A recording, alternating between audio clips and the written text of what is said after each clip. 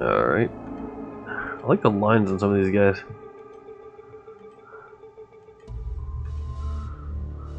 Yeesh.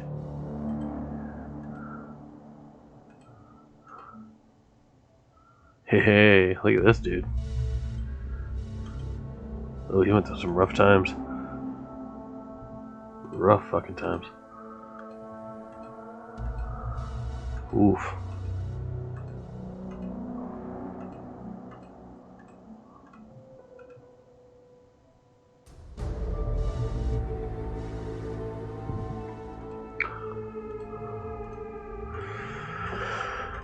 Dude, fun.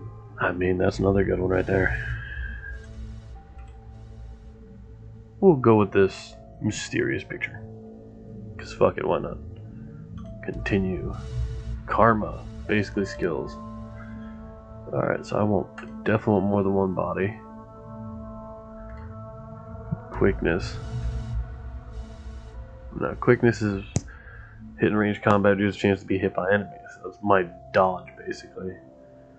Hence, dodge. Ranged combat, I definitely want up, because I'm not really a fan of shotguns, so I'm not really putting anything into that. Burst fire, nice. Strength is melee. I want a little bit into melee. You never know what the hell is gonna happen. Throwing weapons, Intelligence.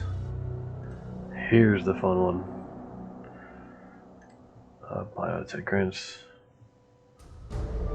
bonus to a hit point cover you can make. Hell yeah. Can equip, so yeah, hacking. I want drones. I like having buddies.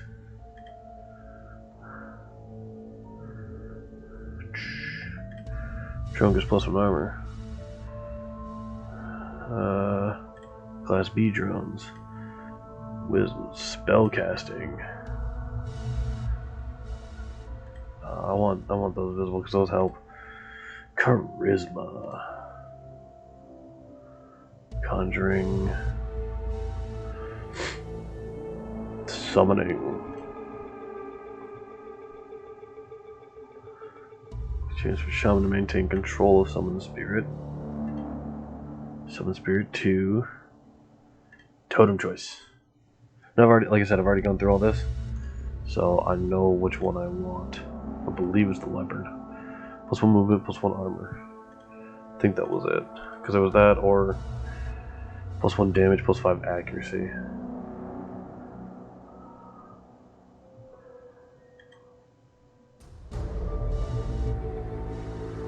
There's a bunch of others, but Cobra or the leopard.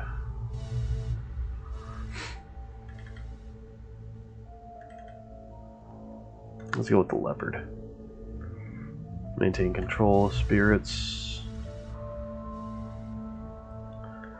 Okay. Additional cyberware, such as a hand razor cyber weapon. Alright.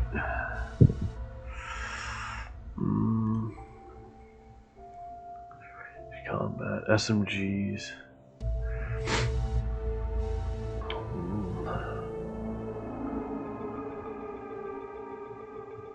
Bam. My bodies. Jetpacks. Physical resilience. Physical strength. Melee throws intelligence. Chance hit with computer programs. Also just chance to hit by enemy programs with Matrix. Effectiveness.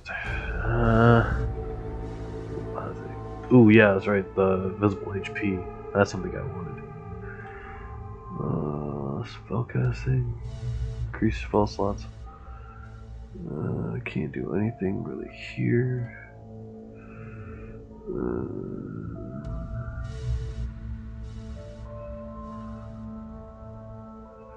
I have 2 left. The chance to hit with melee weapons unarmed combat. Thrust. HP damage plus 2. Monster to hit. Pierces up to 2 armor. Unarmed. Let's get these two. Confirm. And I chose Shadowrunner last time. So. No.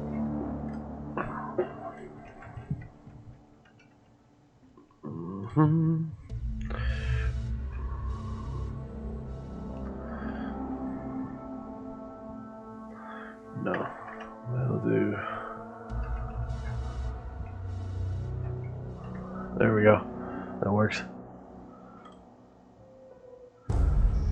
And we're into it.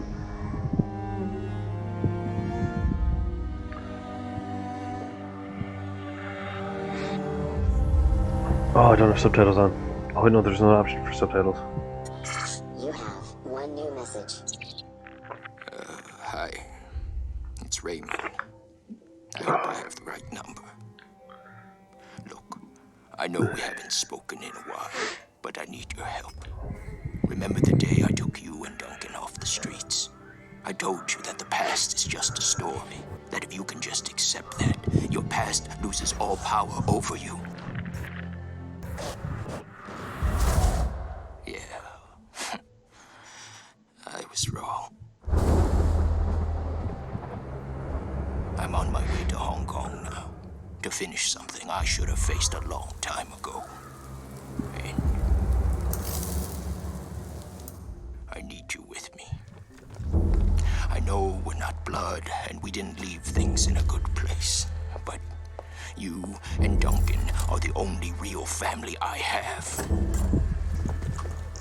Please, if our past means anything to you, meet me in Hong Kong right away. I'll explain more when you get here.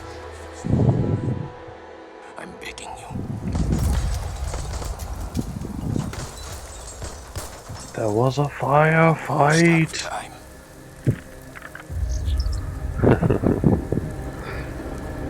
Firefight.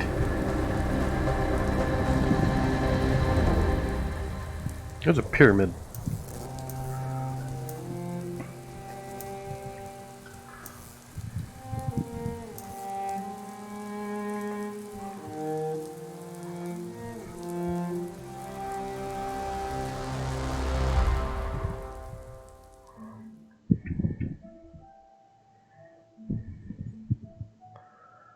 Hard landing. Raymond Black.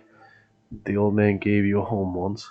Took you and Duncan off the gang-ridden streets of the Barrens. Sheltered, educated, slapped some sense into you both, until you almost resembled productive members of society. And then you took off, left it all behind. Landed behind bars for a time, tried to start a new life after that. It's been 8 years since you've heard Raymond's voice. Until out of the blue, you got this cryptic message, a plea for help. Meet me in Hong Kong right away, and wire to your account enough money to pay for the flight and then some. The descent is rough. A squall comes out of nowhere, sending a solid sheet of rain punching into the suborbital transport with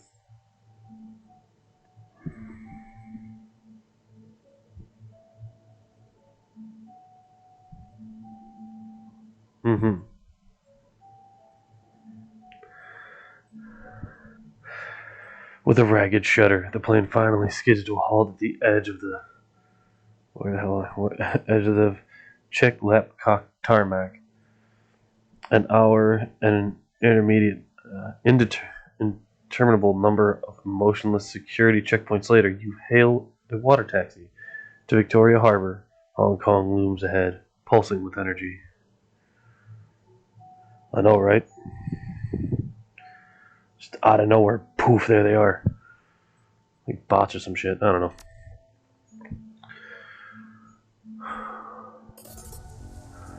Alright, we are in Hong Kong, and there goes the boat. You step from the churning of the water taxi to the ponderous rocking of the docks, your stomach lurching at the transition. As soon as you clear, the captain nods once and steers the small craft back into the harbor. The man never said a word, just handed you a worn brown duffel bag when you stepped on board, filled with gear, some stiff new body armor, and a note.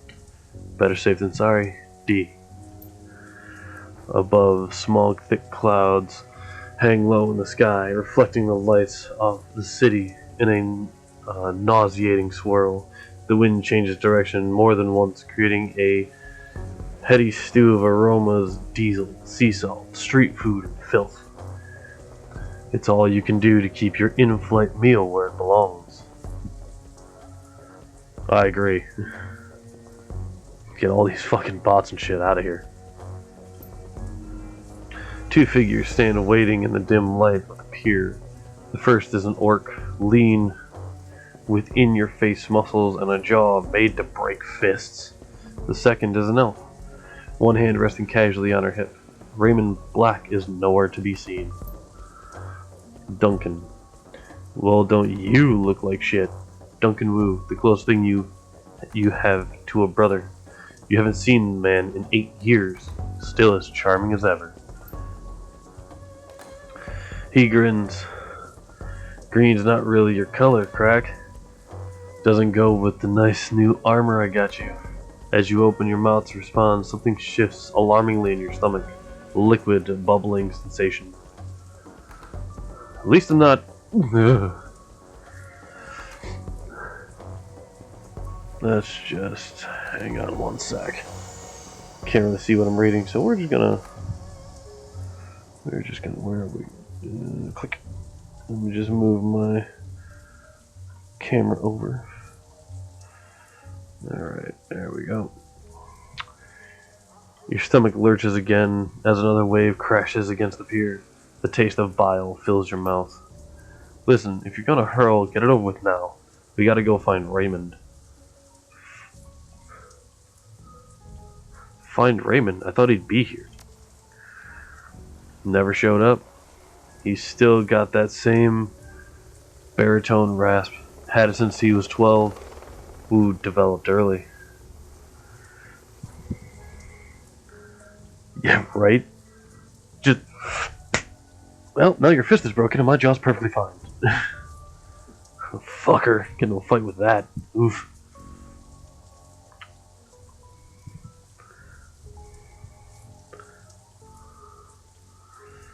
Did you try him on comm? Nah, just been walking around the dock shouting his name. He says it as a joke, but there's a note of concern in his voice. I've been trying him for the last hour. No answer.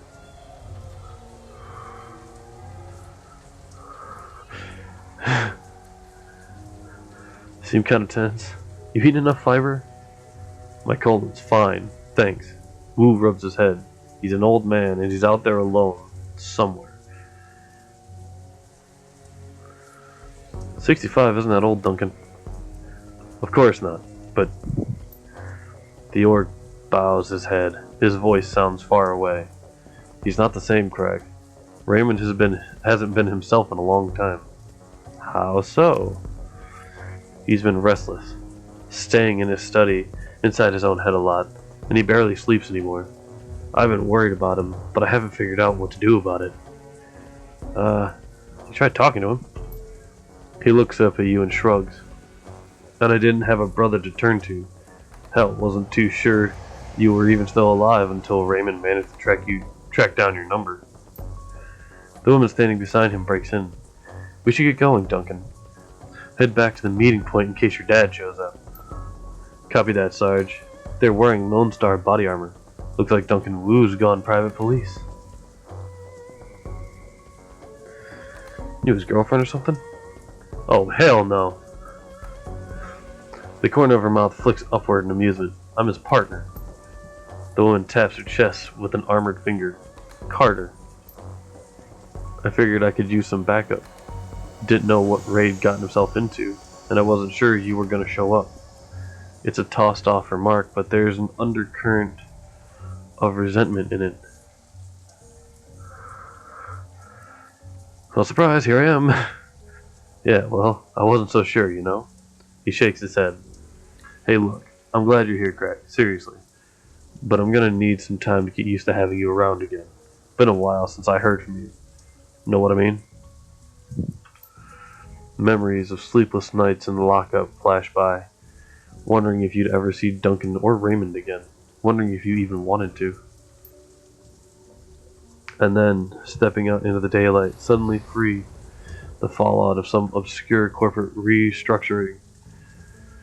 A few hundred money. Nuyen, I'm gonna say? Worth of apology from your former jailers and a decision to start a new life. To leave the past behind. All of it. Until now. Yeah, we'll talk about it later, okay?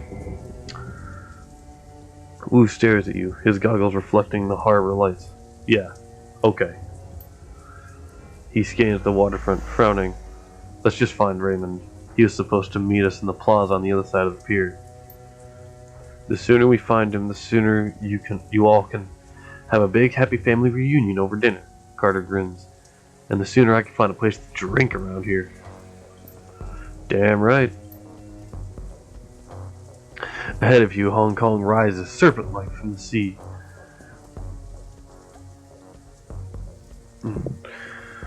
Serpent-like from the sea, government and megacorp coiled together, writhing in their basket of institutionalized corruption. No one can tell where the snake's body ends and its tail begins. That's what Raymond used to say. Duncan turns and starts down the pier. Carter follows.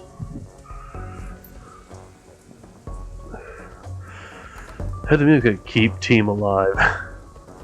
Jesus. Shit, just keep the team alive. Wait a sec.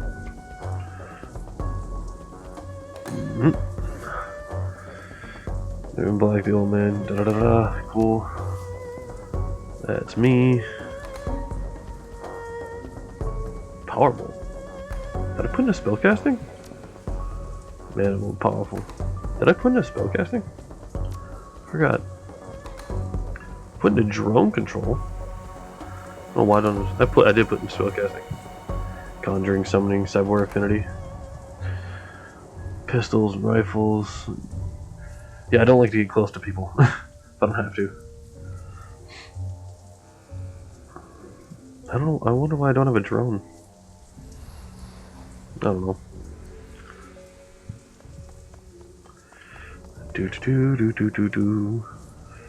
Inspect. Fresh construction is expanding the harbor out into the water. Corporate interests. Corporate interests can afford to do that shit. Basically. Corporate big boys. And they're fucking shit tons of money. Ooh, lockgate. As I said earlier, I played a bit of this on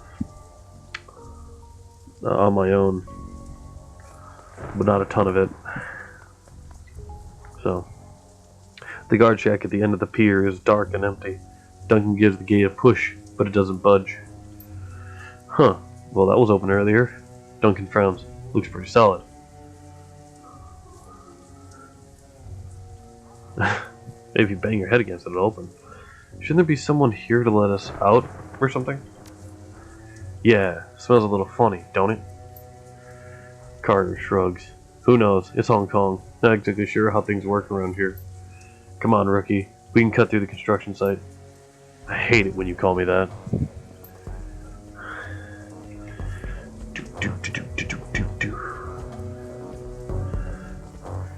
Security panels. We're gonna hack some shit. The gate is locked, but the nearby control panel appears accessible. Carter pulls it open with a metallic screech that pierces your skull, sending a new wave of pain down to your churning stomach. She examines the control panel for a moment, then throws Wu a backward glance. Looks like there's another way off the docks on the other side of this gate. I think that I can bypass the lock. Let me take a crack at that.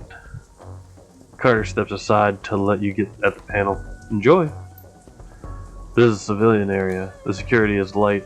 You bypass the door circuit with ease. The gate rattles open. Ta-da! That's really it rattling open. Just kind of opens.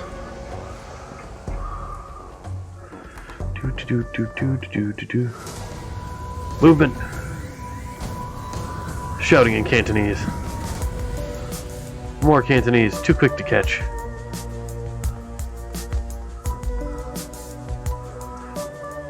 The group on the dock was fishing a package out of a speedboat when you surprised them. Another package at the bottom of the bay. The speedboat is disappearing into the distance. They close on you, red-faced and yelling. The light of the harbor glints off their weapons as they approach. The leader shouts something in Cantonese, but it's too fast to make out. You're rusty. It's been years since Raymond's house and a language lesson that wouldn't end. The old man never spoke anything but his native language at home. Wu speaks with authority. His Cantonese is solid as ever.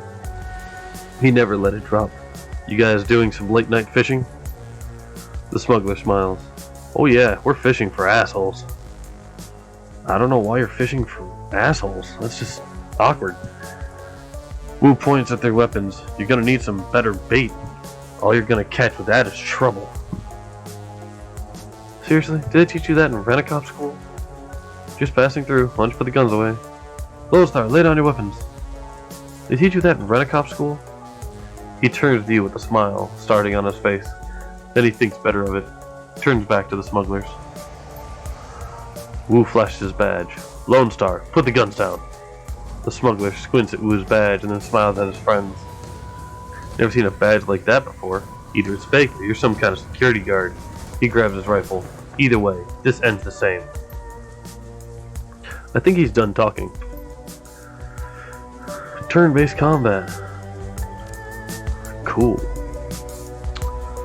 Now, I can shoot them or use a mana. Damage 7. Damage 6. Aha! Oh, missed him. Duncan, get some cover, you idiot.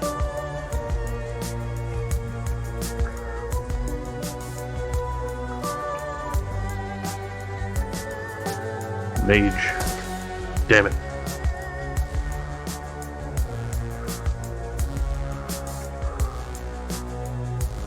%. Fuck it, 50-50 shot. Gotcha. Ow. Flank. Ow. Well, that's not good. Ow. Ow!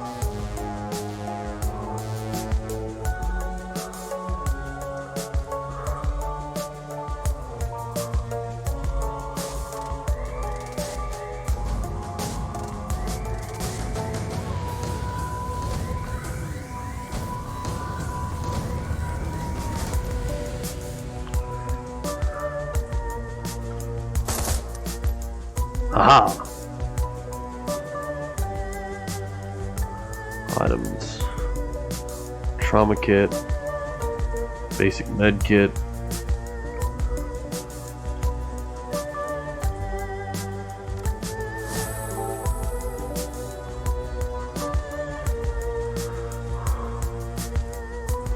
Get some different cover.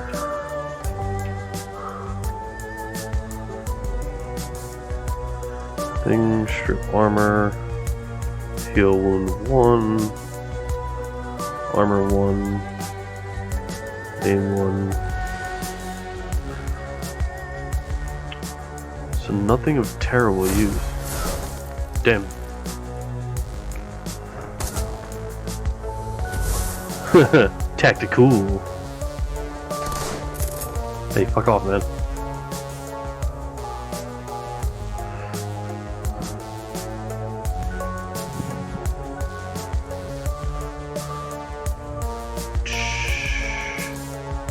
Can I hit you with a grenade? I cannot. That sucks. Alright.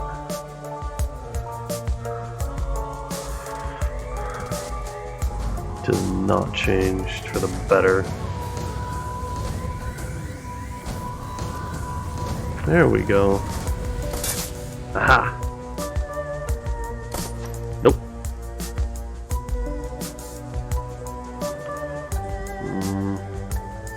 Sure. Damn it. Kill this motherfucker. Please kill this motherfucker.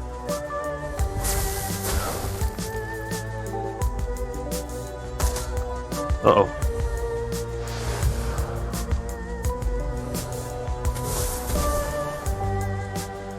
Uh-oh. That's not good. Trauma kit.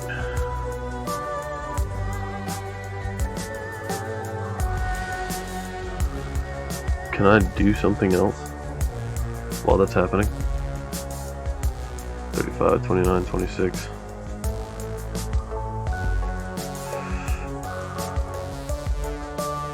Can I move away?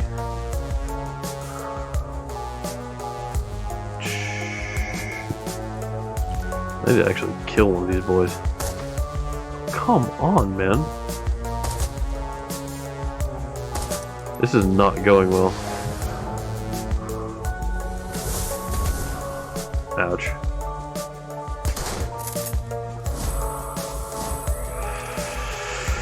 Eesh. This is turning out to be a shit show for me. Come on. Thank you. Gonna move you to here, which may or may not be a bad idea.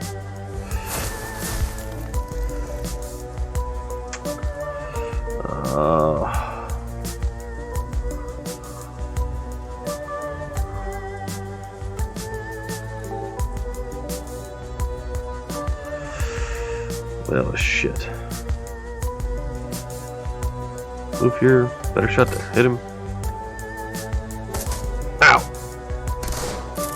Oof. Don't really have...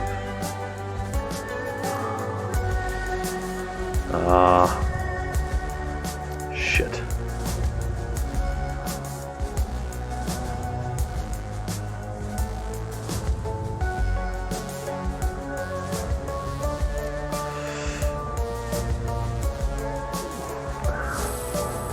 I am dying over here.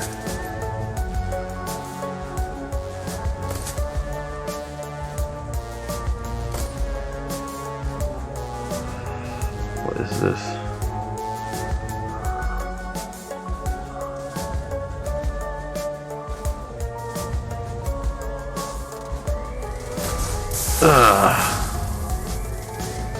Gotcha.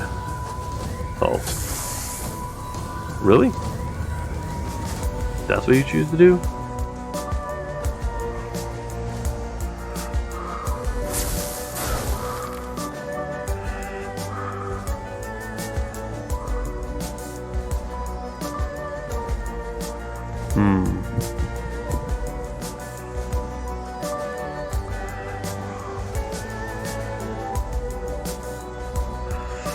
Just run for some better cover.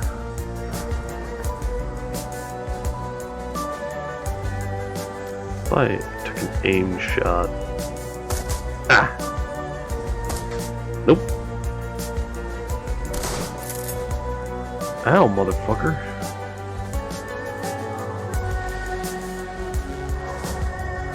Another kid here. Do this.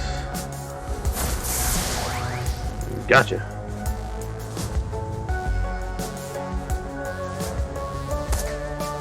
Oh, come on.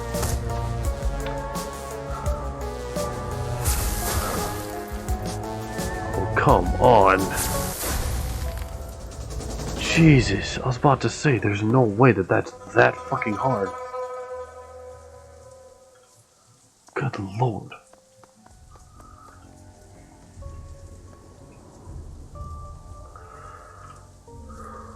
Ooh, package. Manage. Can I give it to you? No, I want to give it to Duncan. There we go. Alright.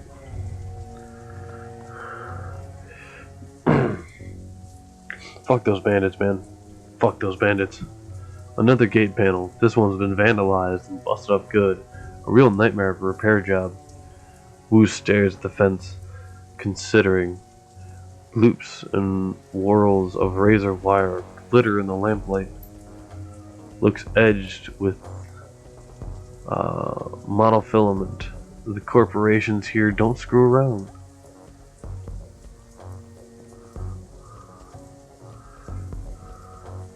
Doug and I have had plenty of fences before. It'll be fine. She smirks. No, it won't. They use this kind of concertina on prison walls back in UCAS. Goes through bone like a propeller through sea foam. Yeesh. Duncan nods his agreement. We aren't touching it. How about it, Carter? Think you can get the gate open? She winks at him. What do you think? She eyeballs the job. It'll take a few minutes, though. Frowning, she leans in to get a closer look at the mangled fuse box. A few seconds later, she starts pulling wires and yanking fuses, a look of intense concentration on her face. She's competent. In Cantonese, Crack. He sounds like Raymond when he does that. The pen of my honor is sitting on the end table. Satisfied? He shakes his head, continues in Cantonese. You're gonna be a dick about this, Crack? We're in Hong Kong, only Cantonese from now on. Just like when we lived at Raymond's house. Those endless drills are about to pay off.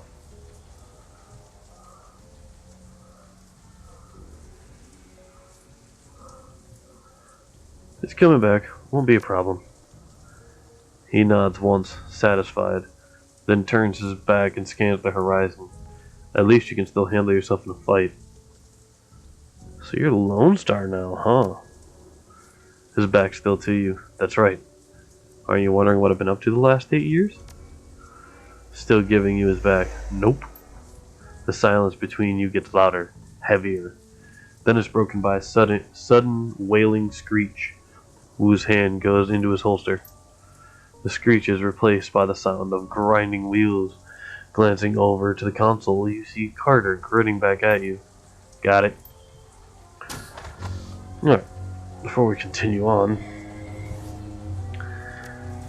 can I...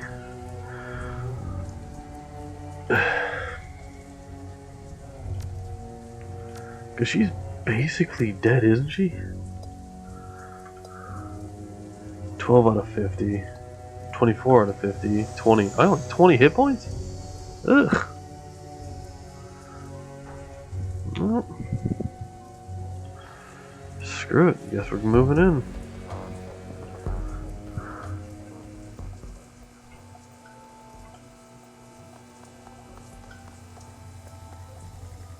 The light from the nearby vendor stalls stabs into your eyes, triggering a throbbing ache in the back of your skull. You stop short, squinting as rough voices drift in on the wind. Where's everyone else? Where's the damn shipment? Haven't seen them yet. We just got here. The voice becomes irritated.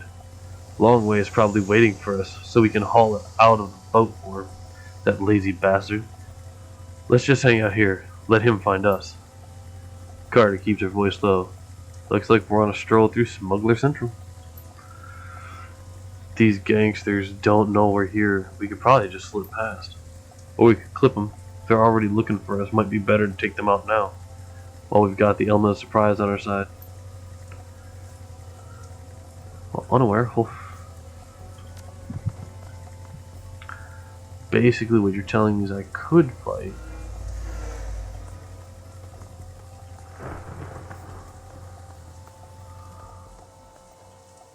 But I'm not nearly in the way of being able to... Well, street soldier 20, 30, 20... God. Do I risk it? I don't know why the hell I'm going that far now.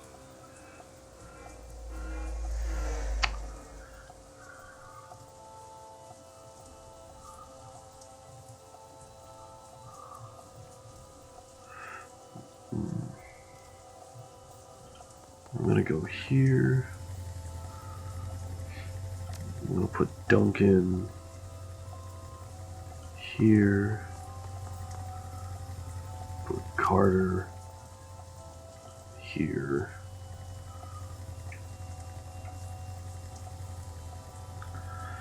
Switch back to Duncan. You're the mage. Oof. Looked like it hurt.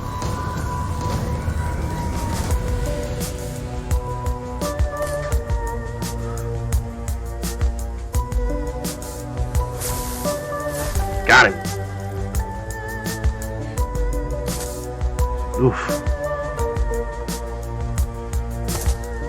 Oh, come on, man.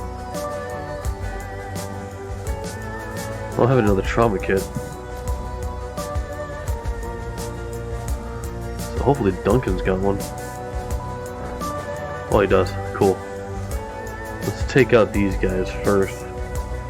She's got some turns left.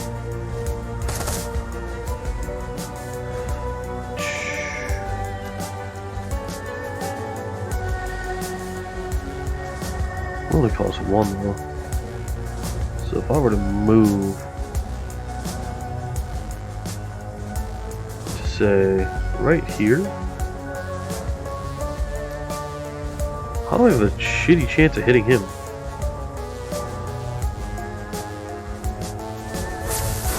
God, I missed him. Ow! How the fuck? Well, this turned into a quick shit show. Ow.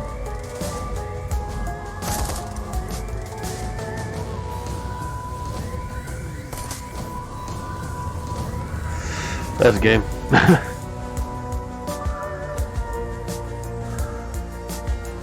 Load last save.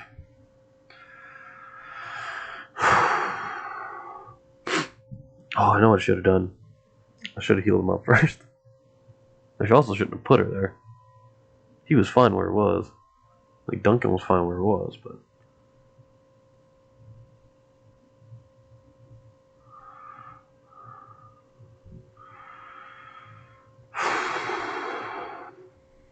Alright, let's try that again. Oh, shit.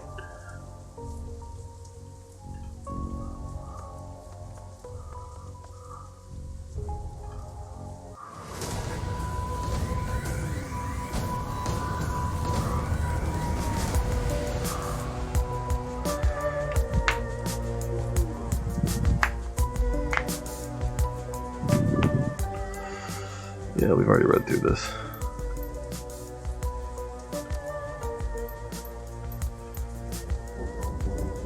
Close.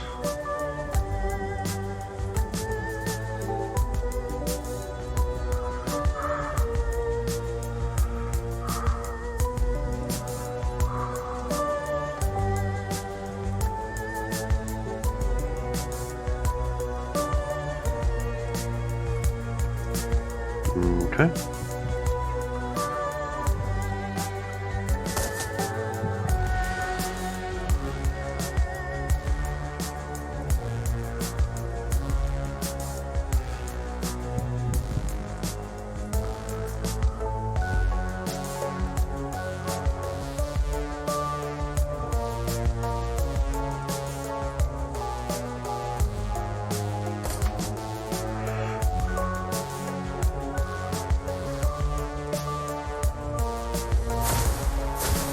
There we go.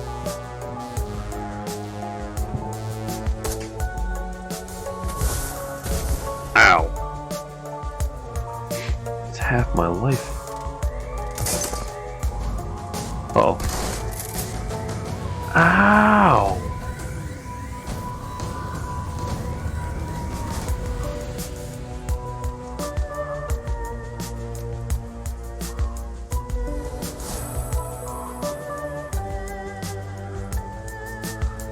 Manable this motherfucker. How?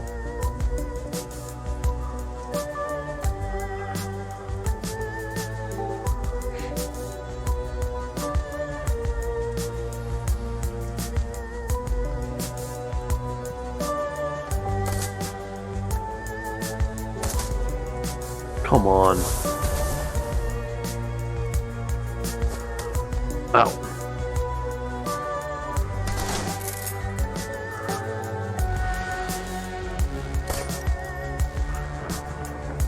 Come on.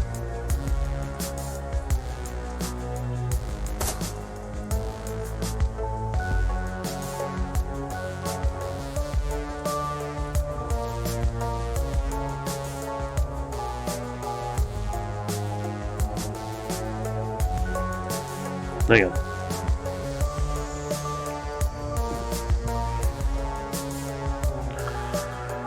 Alright, mana bomb.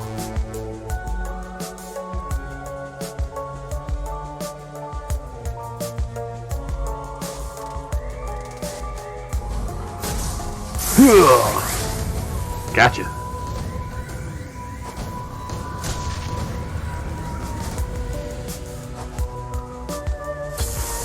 You missed, motherfucker.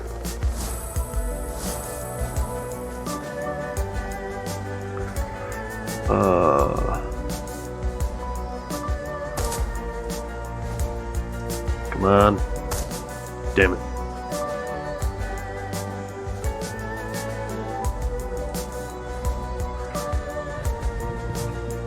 An 8% chance of hitting. Yeesh.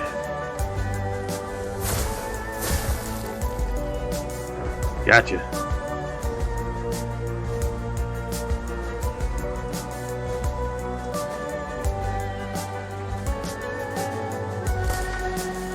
Nope. Ow.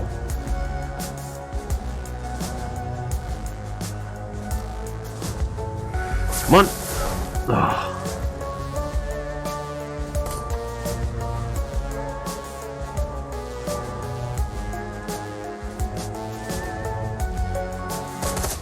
Gotcha.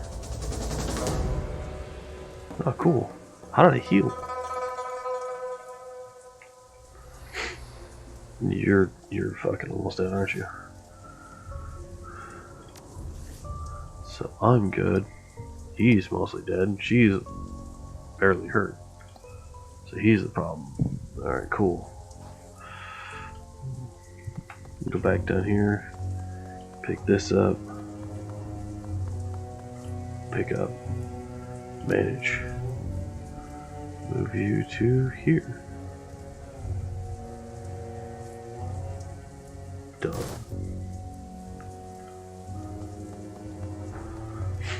Da, da, da, da, da, da. We've already read through all this. Oop. Even if you could, it'd snap back on you. Ever seen a high tension wire whip through a human body? You don't want to. Da, da, da, da, da, da, da.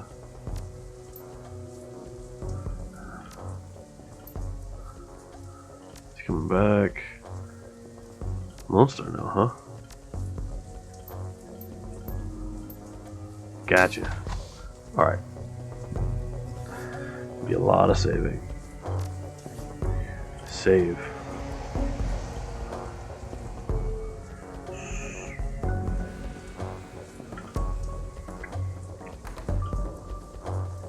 Alright.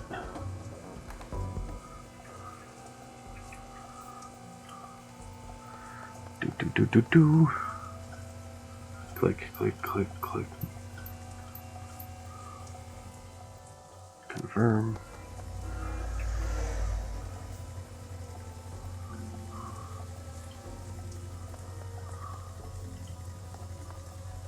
So I get in a good spot. Click you. There. You are going to go here.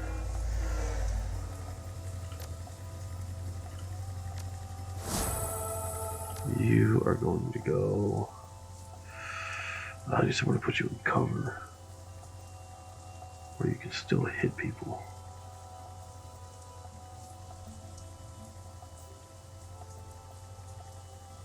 Could run you all the way up, but I really don't want to do that.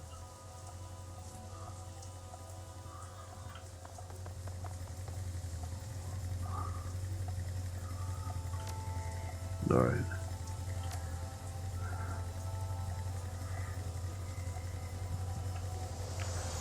Aim shot 2 aim shot. Damage 9. 1 bullet. Increased action by 15%. Oh, yeah. Missed.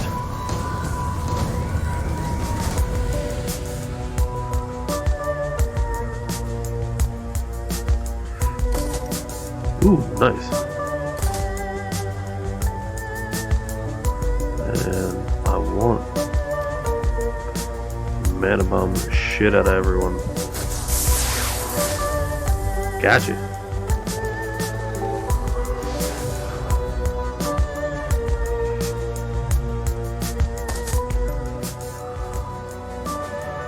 Alright, so hit this boy. Oh, come on. Really? You can't fucking hit him? Come on. There we go.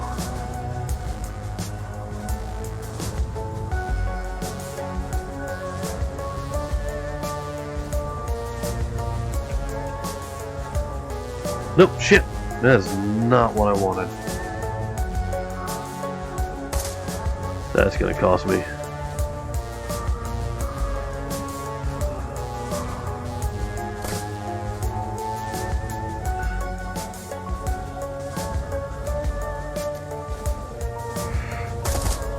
Oh, got him.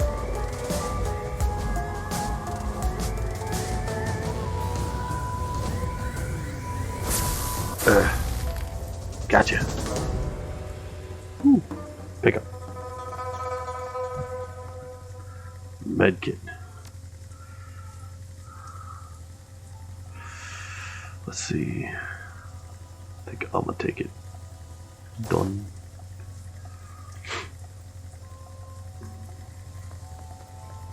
Let's get the fuck on out of here. Karma gained 1. Cool. Ooh, there's something over here. There's a stiff to pick up. Game saved. Thank God. I got money.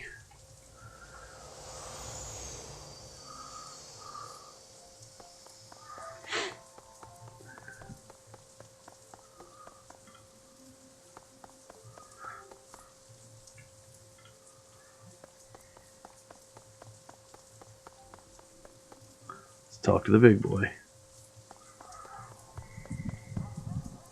Head to the meeting location. Crossing the street, you can make out 4 shadowy figures loitering in the plaza ahead. Troll, orc, dwarf, elf. 2 men, 2 women. They're different from the smugglers on the dock. Alert, poised, professional. You can see they've made a token attempt to conceal their weapons. The unspoken message is clear. We're strapped. Mind your manners. Wu stands up tall. Takes that amused tone he gets whenever he's standing toe-to-toe with someone bigger. Someone who doesn't know they're about to go down.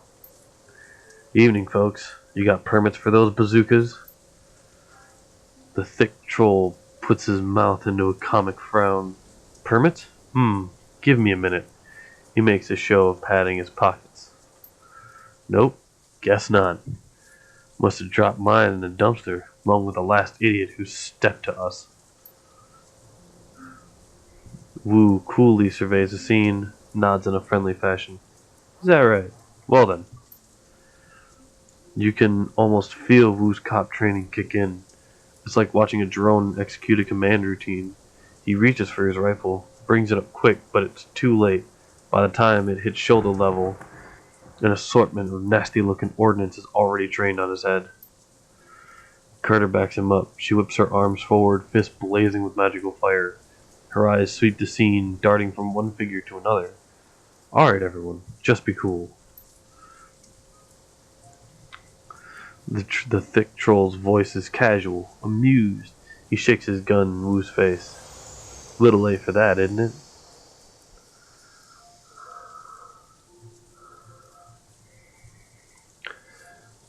It's never too late to be cool, phrase weapon. Listen, guys, my stomach's doing somersaults. How about we all just put our guns before someone gets hurt? Hold out your hands, palms out. How about no one does anything stupid? We just want to talk. Draw your weapon and remain silent. Listen, guys, my stomach's churning. The thick troll snorts a laugh. That guy looks like he could use an enema. Something we can do for you, officer? Wu's jaw tightens, but his tone stays cool and controlled. I'm looking for an old man, Raymond Black. We were supposed to meet him here. You know him? Troll nods and his enormous head. Mm-hmm. Wu's voice gets an edge. You can see a vein in his temple start to pulse. Where is he? Carter sees it too. Keeps her voice neutral. Easy, Duncan. The troll maintains amused eye contact, but his weapon stays trained on Wu. That's right. Easy, Duncan. Your friend Raymond never showed up. We've been waiting for the better part of an hour. Think everyone can put their guns down now? His voice is steady, but it's clear he's coiled. I don't think so. Not till I get some answers. Like? He mutters through his gritted teeth, like why a group of heavily armed assholes are meeting a little old man in a construction site at midnight. The orc girl chimes in. Her tone is light. She's trying to defuse the situation. We do odd jobs. For money. Wu speaks softly, but you know that means he's reaching the end of his rope. He cracks his neck. Pop, pop. What kind of jobs? She gets a wry look in her eye. Her answer is flippant. Odd jobs. This and that. So you were his tour guide, right? The troll's yellow-brown tusks shift into a smile again. Kinda, yeah. The old man hired us to take you all on an excursion. Wu's brow furrows. Hired you? He takes a moment, looks them over. They're an odd assortment. A cybered-up troll, an orc girl with magical fetishes, a dwarf with a cyber deck slung on her back, and a tall elf standing behind them quietly, inscrutable, all with guns trained on Wu. Understanding spreads across Wu's face. His jaw tightens. You're shadowrunners. The troll nods. Mm-hmm. Wu's shoulders creep up. His stance tightens. This is bullshit. Raymond would never hire shadowrunners. They're criminals. The troll corrects him. Mercenary operatives. The dwarf cuts in. Her voice is soft but strong. Criminal mercenary operatives. So yeah, you were right. Your buddy Raymond was associating with a bunch of hardened criminals. The troll tosses Wu a sideways smile while staring down the barrel of his gun. Sorry to burst your bubble, Lone Star. Guess you didn't know the old man as well as you thought, huh? Wu tries to shake it off, but he's struggling to process the information. You can feel the heat coming off him. The runners sense it too, and they tense up tight.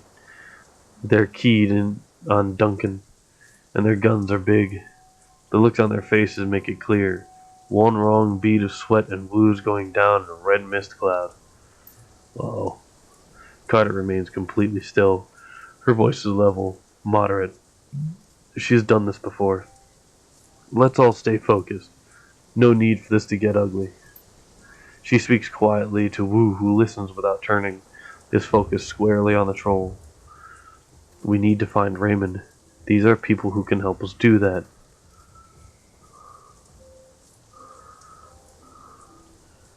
This is about money, right? Let's talk about money.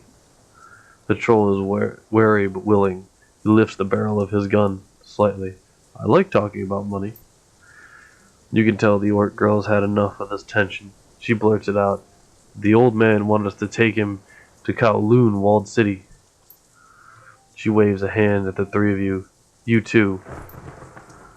Two large rats cling to her hip and shoulder, poke their heads out of the folds of her clothing. They fix their beady eyes on you intently. You know the walled city. Slum, right? Heard of it. The girl sneers, rolling her eyes. It's a shithole. The worst slum in the Eastern Hemisphere. Memories of growing up in the Raymond Barrens flash through your mind. We get it. It's a real bad place. Now why would a little old man pay you to take him there? The dwarf standing next to her nods and jumps in. Wouldn't say. He mumbled a lot too. Just kept rambling on and on about he had to get in. Under ordinary circumstances, I never would have attempted to get or accepted the gig. The walled city is the last place I want to go. But the old man rolled up a truckload of money. And you gotta eat, right? Guys gotta eat. Wu risks a glance at you. His weapon remains trained on the Shadowrunners, but a flicker of uncertainty plays across his face. See, an interesting story. Seems like a good time to ramp down the threat of violence, don't you think? Let's say we believe you. What now? Why would Raymond want to enter the walled city? Doesn't make sense. Ramp down the violence. The troll flashes you a smile that's all tusks and no warmth. Okay, gang, I'll tell you what. He looks at his team as he slowly starts to lower his weapon.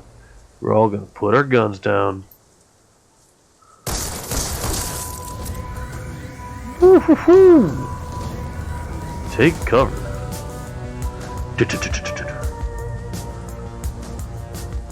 The sound of high caliber rifle shots hang in the air, and the red dots of laser sights sweep the area. Carter, the troll, and the silent elf lie dead in the widening pools of their blood, their heads broken open like melons dropping from a 4-story building. The orc girl screams from cover. Nightjar! Nightjar, come on, big man, talk to me. Got shot? No, no! She turns to the dwarf, her eyes wild with fear. Oh shit, this isn't good. A voice blares from a loudspeaker. This is the police. Lay down your weapons, put your hands behind your head, and come out where we can see you. Duncan Wu, XCrackrok. Come out where we can see you. You have 3 seconds. Duncan crouches behind cover, his gaze locked on Carter's corpse. His voice comes out in a hoarse roar. Stand down, damn it! I'm law enforcement. Lone Star. Lone Star. He's driven deeper into cover by a hail of gunfire. The dwarf shakes her head at him. Her voice is flat. Save your breath. They won't listen. Use your eyes. These bastards aren't here to make arrests. A sniper shot hits the wall next to her head, showering her in an explosion of plaster. We need a way out of here now. Everyone pipe down. Just give me a minute.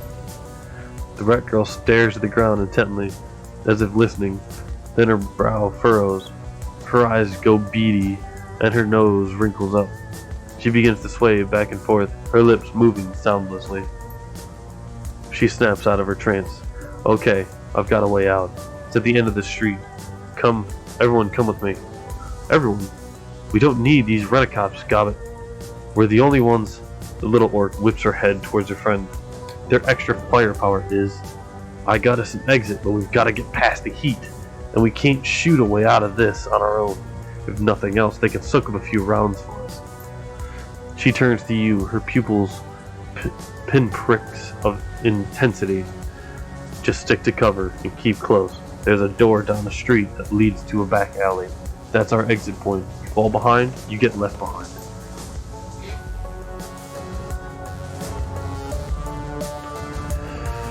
Oof.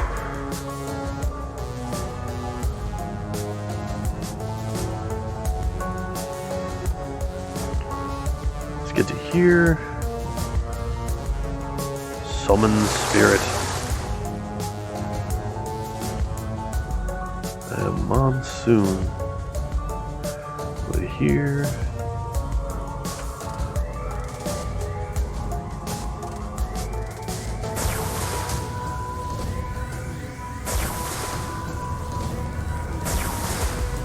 Damn it. Duncan, get to cover.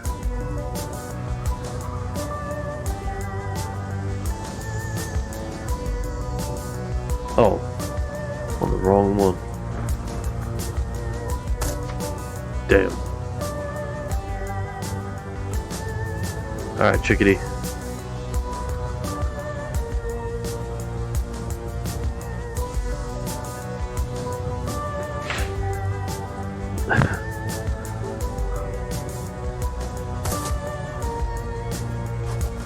Uh-oh. Ow!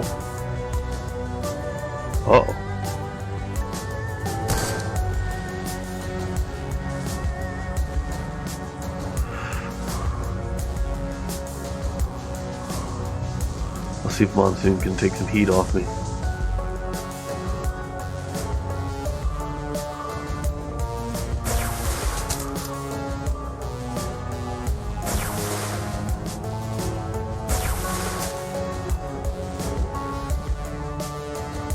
That one's down.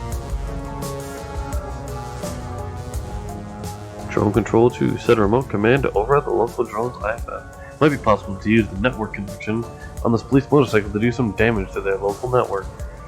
Click. The police drones will now ignore previous orders and fire on their masters. Sweet. Alright, let's put Duncan.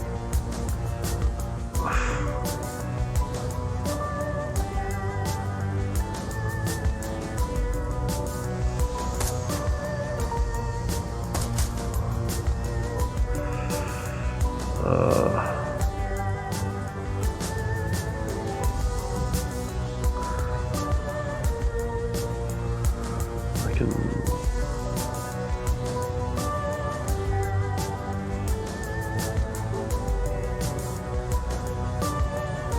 43%?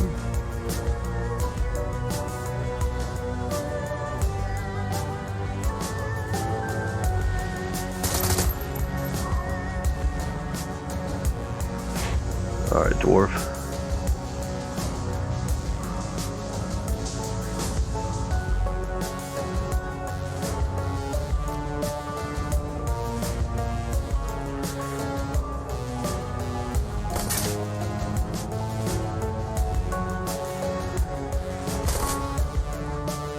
Cool.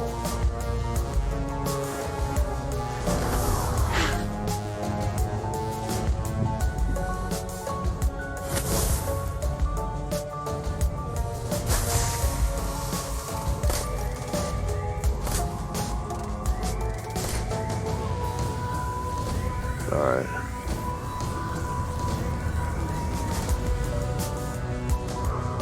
Full cover to here. Can I do anything? It's them right now. Nothing. What about you? Nothing. Go back to Duncan.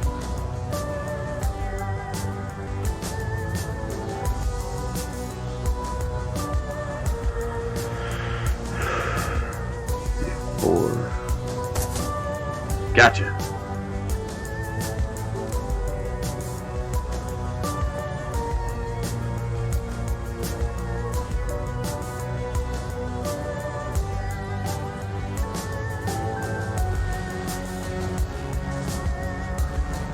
Dwarf chick right here.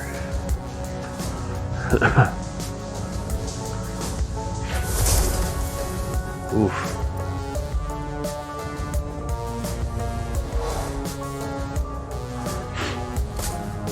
Ow. Aha.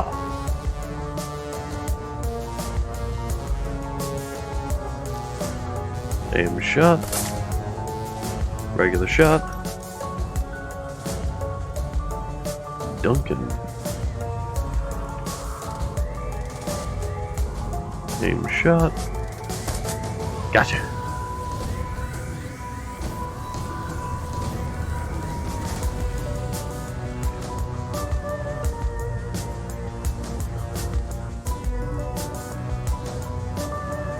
Alright, getting up there. Oof. Oof.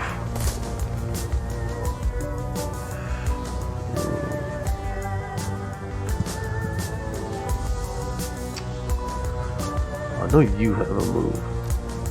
Poison frog.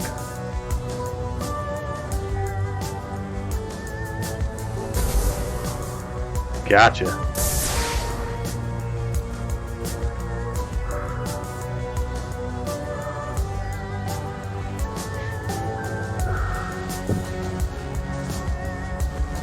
Time to get the fuck out this bitch.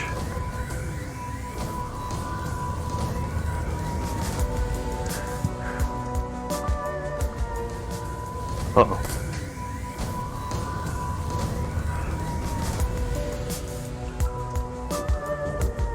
Get the car front. How far can you get? A door to escape? Now she's gone. Duncan gets to here. She gets to here.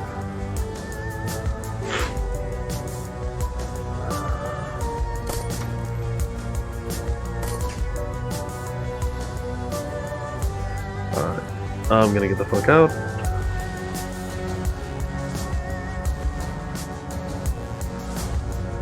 Can she escape? Is my question. She cannot. He can. Ta-da! Oof.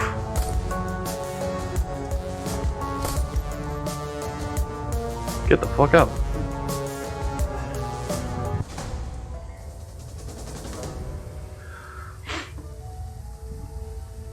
The rat shaman guides you from the doorway on the street through an eternity of winding alleys, damp sub-basements, and empty buildings. Stumbling through refuse and filth, you make your way into the sewers below Victoria Harbor. It reeks down here, but it's quiet. Gobbet stops, sniffs, and wipes her eyes with the back of her wrist. Her rat squeaks softly in the folds of her clothing. Oh, excuse me. The dwarf watches her silently for a moment, then moves closer and gently takes her hand. In the dim light of the sewers, you can see they're nearly the same age. No more than 20, 21 tops. What were their names? She keeps her head down and tells it to the floor. The troll you were talking to was Nightjar. He was a friend. The elf was called Gutshot. Kind of an asshole, but I didn't need to see his head spattered everywhere like that. Nobody does. She inhales a cleansing breath. Nightjar was a good guy. Always had our backs.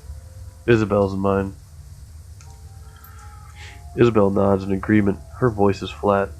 Rare to find a runner that you can actually trust. She looks to her friend. Are we clear?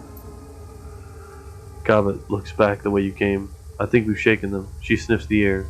Yeah, we're clear. Wu begins pacing, his boots splashing in the sewer water, creating echoes down the tunnel. You can feel the tension coming off him in waves. This is bullshit. I'm done messing around in alleys and sewers. I'm done running from cops.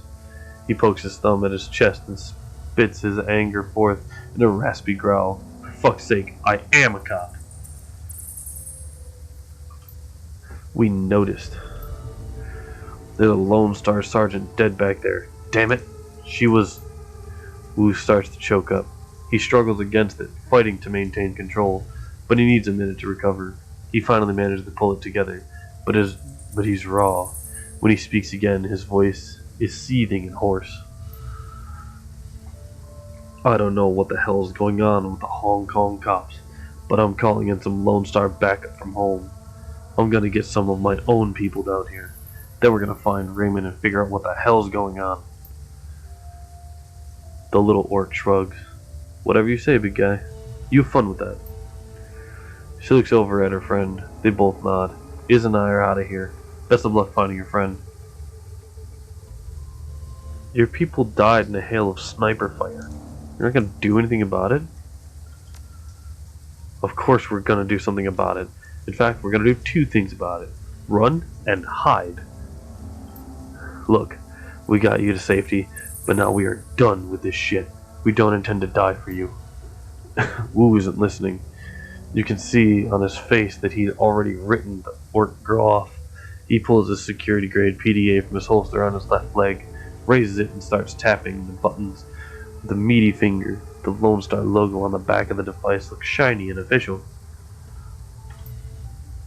He stops, confused, and then taps it again harder. The red flashing image on the PDA reflects in his goggles. What the hell? I'm locked out of the network? He looks up at you. My law enforcement status has been revoked. He goes back to the screen. I don't believe it. They're saying there's an APB out on us, Crack. You and me both. I figured as much. You heard them on the loudspeaker. They knew our names. Wu glares at the wall, a storm raging across his face. Fucking hell. His hand clenches into a fist around his PDA. This just keeps getting worse. He leans forward as if to punch the wall, his knuckles rapping against it softly. A pantomime of barely constrained rage. Suddenly, he turns and slings his PDA at the far wall. It hits hard, bounces back, and clatters to the ground at his feet. He looks down at it, spent.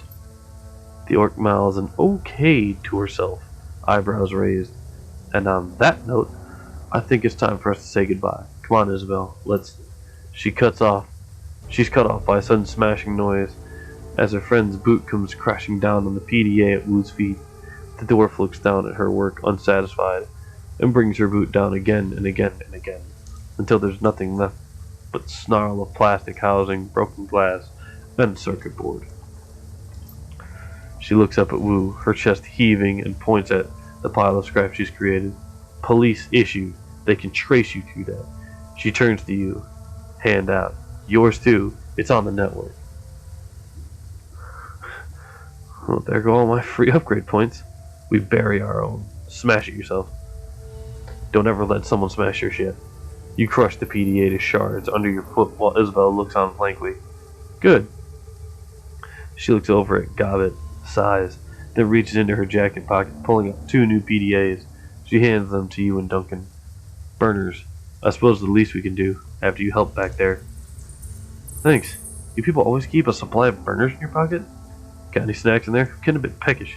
Thanks. Now what? Getting a bit peckish. Isabel isn't listening. She started open-mouthed at her own PDA. She's staring open-mouthed at her own PDA, its bluish glow illuminating her horrified expression. Gobbet, we gotta go. Right now. Isabel's voice is monotone, but emphatic. Emphatic. Sorry. She holds up her PDA to show her friend. They're after us too. Her screen displays a local newscast. Your own face stares back at you from the upper left corner of the screen. And in breaking news, just under an hour ago, Hong Kong port authorities were involved in a firefight with members of a terrorist cell linked to the mainland city-state of Henan. The battle left 3 terrorists dead along with an unconfirmed number of Hong Kong police officers. Your image winks out, replaced by a scowling image of Duncan Wu, a mugshot from a long time ago, before Raymond. Our sources report that Seattle natives Duncan Wu and XCrackrok, along with their Hong Kong-based accomplices, are still at large. They are well armed and should be considered extremely dangerous. Low-res photographs of Gobbet and Isabel pop up on screen, replacing Duncan Wu. The color drains out of Gobbet's face. Oh shit.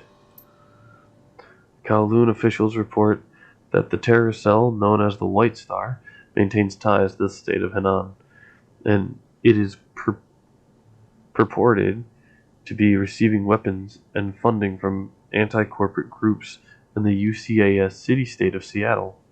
Port authorities are standing on high alert, and the Hong Kong Police Force's Special Duties Unit has been engaged to deal with the threat. We go live now to Chief Inspector Crate of the Special Duties Unit, who will be making a statement. Behind the newscaster, a video window displays the location of your firefight in Victoria Harbor. The camera pans to Chief Inspector Crate. She is surrounded by a swarm of news reporters, but appears unfazed by the attention. She speaks with supreme confidence. We have yet to ascertain the motive for tonight's attack, but it was clearly a well-planned and coordinated effort. Crate sounds smooth, more like a corporate mouthpiece than a cop. We have already issued an all-points bulletin along with a killer capture order for the 4 remaining terrorists, and I have instructed the Special Duties Unit to make this manhunt a top priority. She looks directly into the camera. If you should see one or more of these individuals, do not attempt to engage them. Oh, excuse me. Instead, tap in the HKPF flash code at the bottom of your screen. If you are on an authorized network and take a picture, our system will automatically identify them in your data stream. The Decker switches off the newscast and clips her PDA back onto her belt. For a moment, there's no sound but the roar of sewer water rushing through the pipes. Gobbet bends over, hands on her knees, sucking wind. Her rats scurry for a new position. I thought we were fucked before. Wu's voice is eerily calm, but now we're well and truly fucked. How bad is it? Really bad, Crack. He begins stalking back and forth, a panther in a cage. They've labeled us terrorists, and there's an APB out on us. I've heard this kind of announcement before. I know what comes with it. It doesn't matter if we have nothing to do with the whatever city-state. They're gonna hunt us down. It's open season.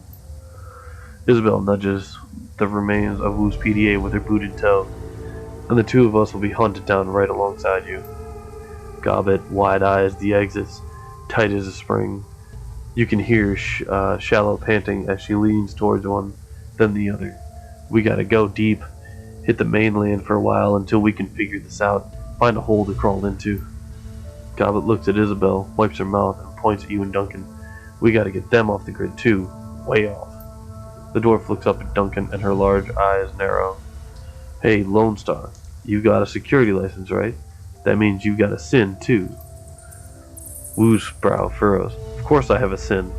I wouldn't be able to get paid otherwise. Only criminals and lowlives go sinless. She runs her hands along her cyberdeck, thinking. That means that you can be traced. Both of you.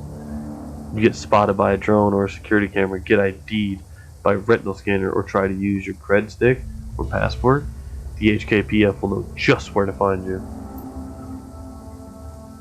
Wu crosses his arms across his chest. I know how a system identification number works, runner. Ooh, Shadowrunner. We're gonna have to burn our sins if we're gonna survive this. The two women nod. You got that right, Seattle. Gobbet pulls at her dreadlocks. We're just as screwed as you are, me and Iz. We were listed as your accomplices, and we can't afford for you to get caught. You'll lead them right to us, one way or another. DNA samples, things we told you, astral residue, I don't know, cop stuff. Cop stuff. Yeah. The little Decker looks up from you to Wu, eyes narrowed, sizing you up. You can see her make a silent decision before she speaks. Her voice is flat, resigned. We need to get your sins burned, delete you from the record books. All of them. All of them? Whoa, wait a minute. You want us to just erase our identities? Wu rubs his hand across his scalp. Beyond the fact that it's insane, will that even work? If we burn our sins and go off the grid like that, won't they just redouble their efforts to find us? Condensation.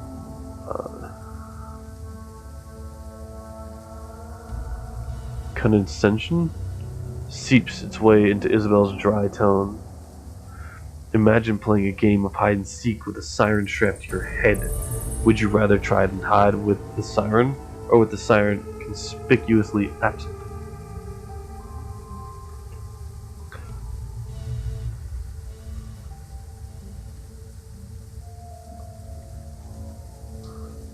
Deleting our identities across the entire matrix sounds hard.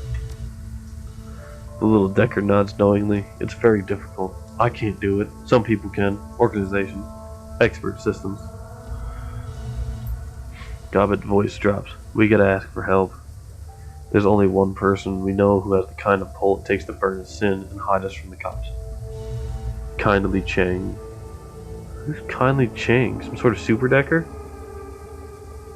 Underworld hard ass. Sounds like a restaurant. Super Decker. No, Kindly's no Decker. She's what's known as a straw sandal, kind of a middle manager for the Yellow Lotus Syndicate. Their triad. Kindly Chang controls all the illegal activity in our neighborhood. Smuggling, bootlegging, counterfeiting. Middle manager? Is the Yellow Lotus a syndicate or a retail outlet? Gobbet leans in, serious as death. Do not get the wrong impression. Kindly Chang is no bureaucrat. She controls a good-sized portion of Kowloon's underworld. She has soldiers, resources. She's smart. She is not to be underestimated. Isabel's voice is hollow and flat. Taking favors from a woman that, like Kindly Chang, is a good way to get yourself into indentured servitude. You don't want to owe favors to a woman like that. Her eyes get big, round. Ideally, you don't want to deal with her at all. That was Nightjar's job. Wait a minute, you know this woman? We've only met once or twice. Nightjar was the one who worked with her. Like I said, she's got her fingers in everything, including broken shadowrunners for the core. Kinley Chang is our fixer. Gobbet tries to make her voice light, confident. Just stay on her good side and you'll have nothing to worry about. Now let's get this done before one of you trips the APB and brings all hell down on us. Yeesh. Is there anything over here? Anything to find? Anything at all?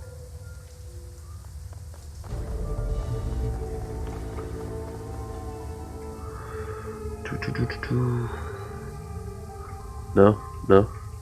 Alright, cool. This is as far as I've gotten on my own. So, here we go. You're about to leave this location and enter the subway system. Continue? Yup. On to new ground. Sinless. You scramble up a ladder and through an access way where the sewer system spits you out into Hong Kong Mass Transit Railway System, the MTR. Crossing the rails, you climb up the platform and into the station. Above you is Hioi, where the rat shaman and the little decker plan to plead your case to Kinley Chang, the one woman they know who can help you get underground and off the grid fast. But there will be a big price. Chang is a triad boss whose favors tend to come with strings attached. The sounds of a waterfront at night leak down from the stairway to the surface. Peering up the steps, you can catch a glimpse of the night sky. Overcast and low. Oof. Here we go. Gained 5. The sewers deposit you in a series of mechanical access ways that eventually link to a system of railway tunnels. Gobbet leads you through 5 or 6 magnetically sealed doors and across several sets of electrified tracks until she indicates you've reached your destination. She holds up her hand, indicates the surrounding platform. This is the MTR station for Hawaii. Once you go up those stairs, you'll be in our neighborhood. Kinley Chang runs her operation out of a mahjong parlor there called Swift Winds. Cool. Wu rips off his goggles. There's an APB out on us. How do you expect us to get to this Swift Winds place without taking a bullet? Haoi is well known as a protected area. Kinley Chang sees to that. It's a shadow community. Smugglers, hijackers, black marketeers. You get the idea.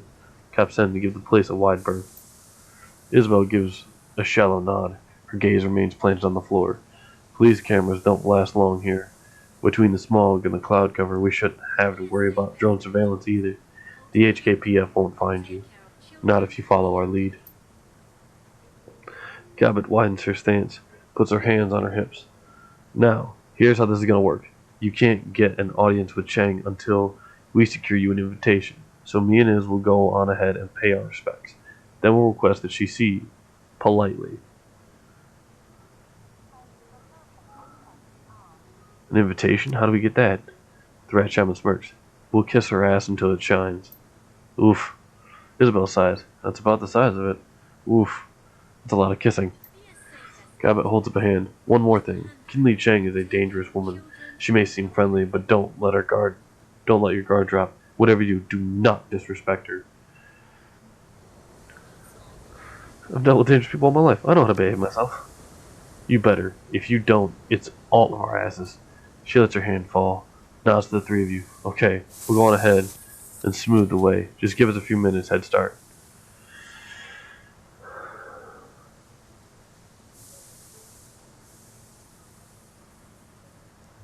What if a local recognizes from the news broadcast? Call the cops. Place protected. Why shouldn't we talk anyway?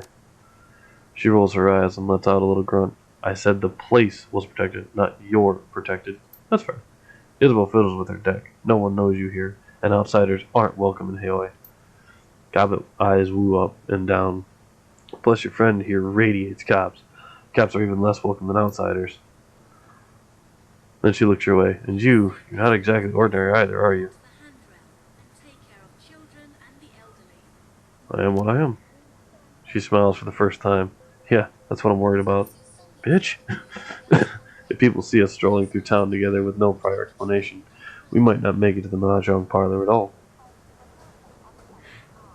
I get it. Whatever. Her eyes narrow and she nods approvingly. That's good. You catch on real quick. You need your sins burned as badly as you do. Oh, we need your sins burned as badly as you do. And we need to figure out a way out of this shit. Or we're all dead. She quickly turns away. See you at the mahjong parlor. The Shadowrunner's footsteps quickly fall away, and then you're alone with Wu.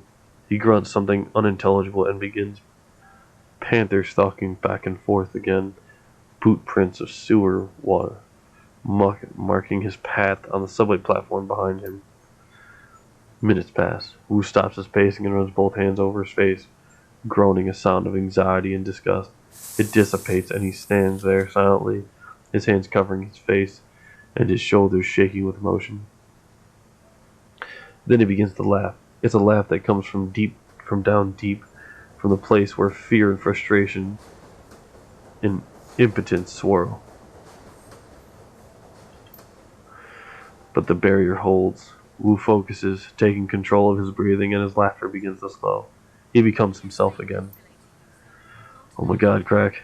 An aftershock of laughter shudders through him. Are you fucking kidding me? What the hell are we doing here? How do we get into this? He drops his hands and turns to you, shaking his head in disbelief. I think I'm gonna lose it. Go ahead, we're alone. Wu walks the wall of the subway station silently. He stands there a moment, lost in thought, and then his fists explode in a flurry of punches. He hits the wall hard, sending plaster crumbling to the floor at his feet.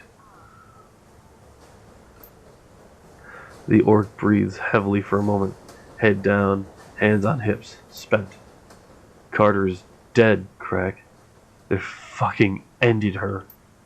He puts his hand on his forehead. I don't know what I'm gonna do now.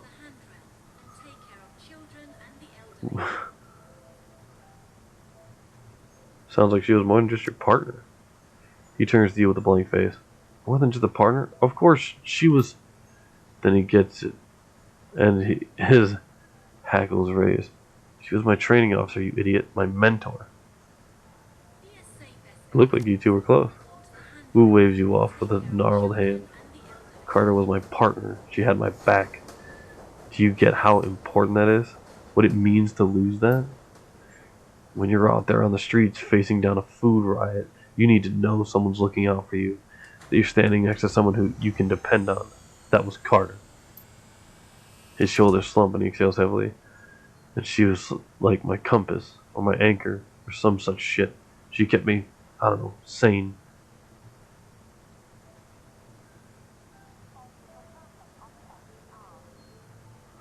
Sounds like a good woman. Don't patronize me, Crack. He steps back, sucking in a deep breath. Screw it. Whatever she was, I'm throwing her down the memory hole. You know why? He snarls, spits. Because it doesn't matter now. Because we're gonna burn our sins, Crack. Jesus Christ. Don't you get what that means? The moment we do that, we're dead. To all the world, we're dead. We're wiped clean. He counts it off on his fingers. Raymond, the house we grew up in, my career, Carter, all gone. No home, no money, no identity, nothing. He waves his hand, brushes it all away. We will be nobody. We're street kids. We used to be nothing.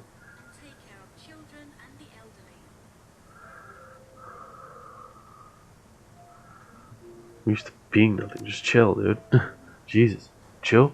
Who the fuck are you to tell me to chill for what just happened? And you aren't losing what I'm about to lose either. Our paths went in different directions a long time ago. Wu's neck cranes forward, his lower jaw thrust out ahead of him. You left me behind, goddammit. You left me behind. You left me behind. Memories flash bright. Suddenly you're back 8 years ago on the street outside of Raymond's house. Just you and Wu. The middle of the night. Ooh. Flashback? Young Duncan. You can't just leave like this, Crack. What am I gonna say to Raymond? You know how he is.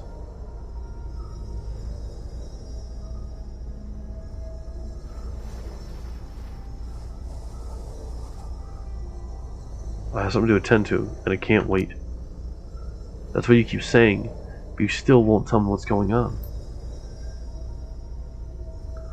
What is so important that you have to run out now, in the middle of the night, without even telling Raymond why? He is distraught. You can see it on his face, hear it in his voice. He used to be lost without you.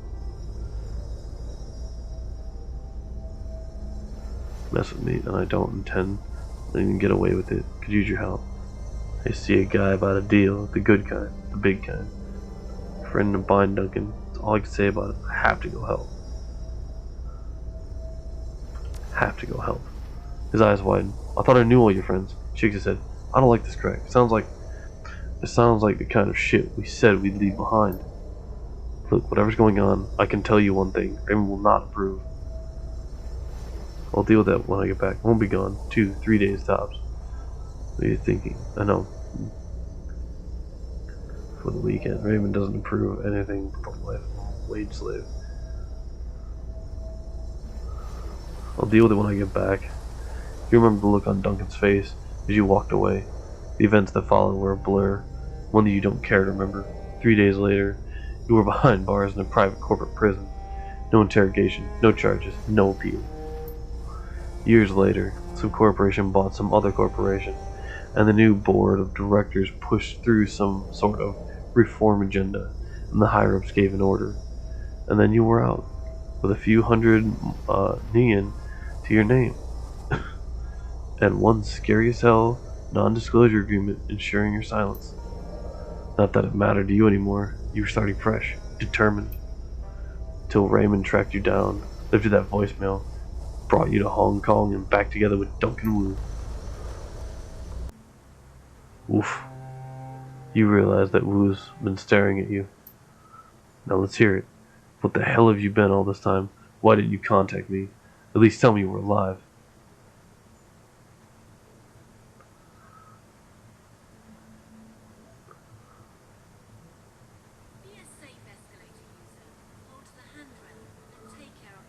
It's not my fault, alright? I was in a cell, Wu.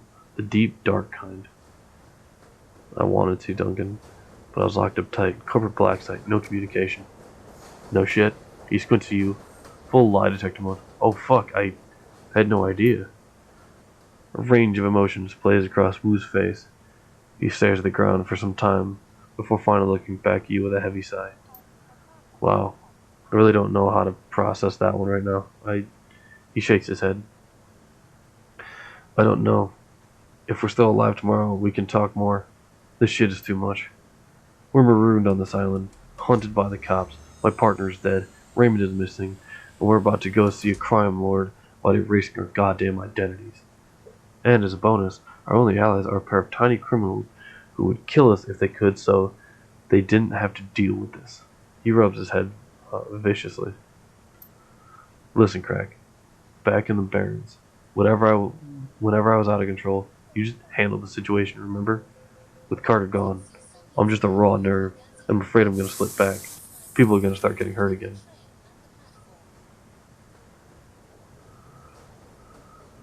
I got the lead, Duncan, just like I used to. He stares at you hard, like he's trying to see something inside your head. Then he checks his weapon, cocks and locks, back to business. Good.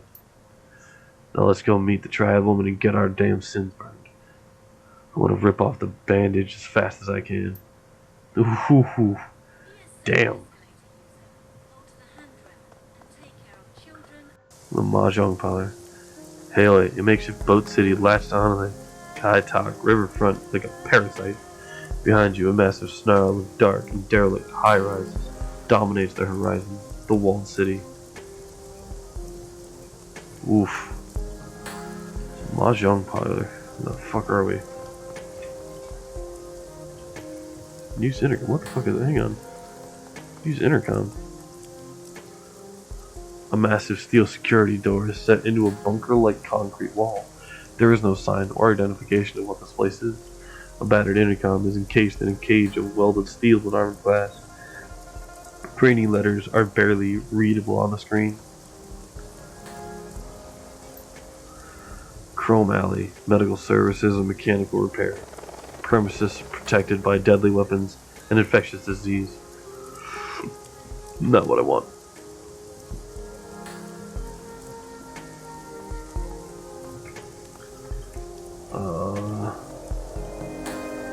Where the hell am I? Alright, we're gonna go backwards. It was very clearly the wrong direction.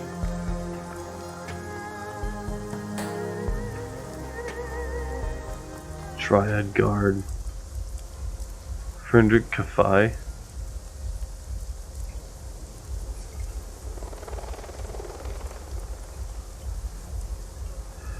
Do I dare go this way and see what's over here? Good lord.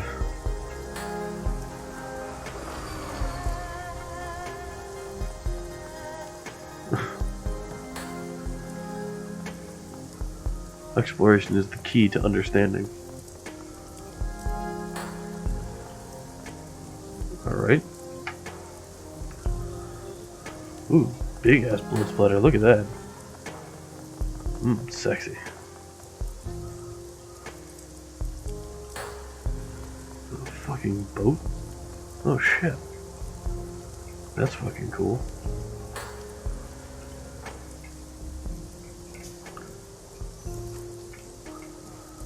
The fuck are you, smuggler?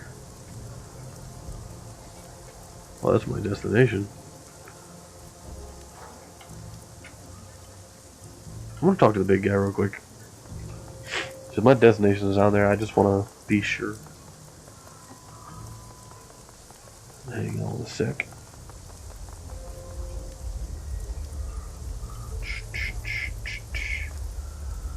Alright.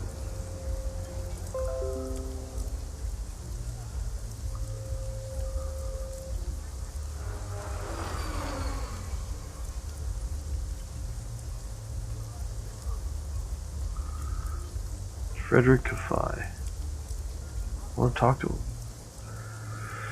That's close enough, friend. The club is members and invites only. I suggest you just move along. Gotcha. Oh, it says Club 88 up there anyways. Alright, so looking down here for some more cool shit. Oh, we just went straight down. Oh shit.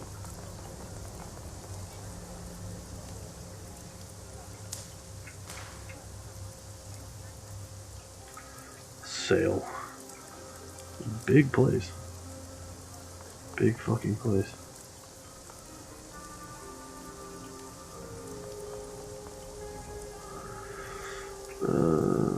Mahjong parlor.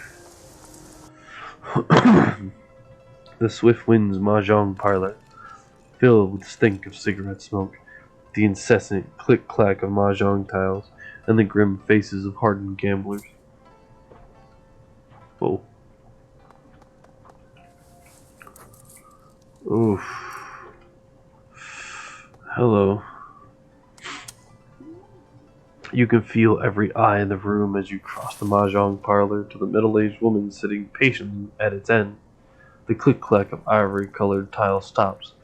Hands stray beneath tables into jackets, pockets, behind backs. Yeesh. The woman has the face of a prison guard and the demeanor of an inmate. Her salt and pepper hair is pulled into an iron-hard bun, and beneath it 2 shiny black eyes offer nothing. Buttons sewn onto a doll. A nearly empty bottle of something foul rests on her mahjong table, nestled between a pair of dirty shot glasses.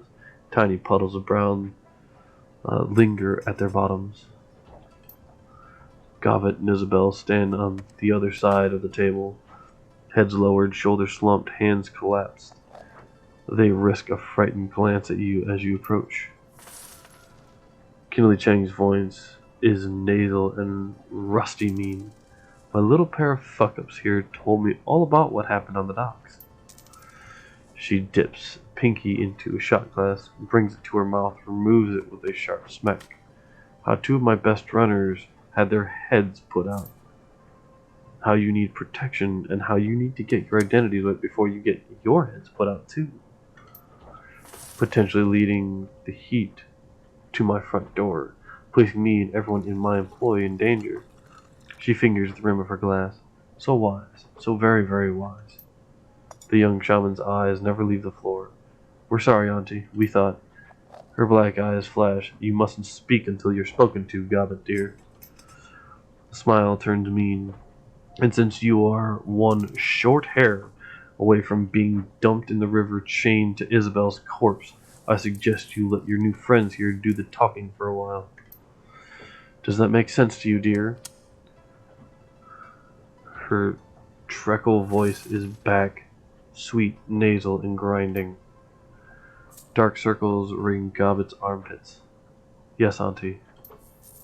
Cheng inclines her head gently. Very good. You learn so quickly.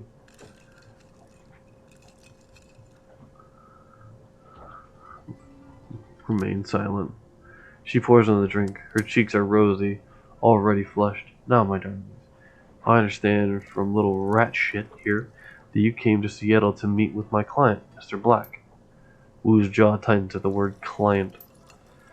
But before you could find him, the HKPF started splatting gray matter everywhere, and everything went to shit. And now you need your sins burned so you can disappear before you end up dead too. Is that right? Yes. Very good. Why don't we start with you telling me who you are?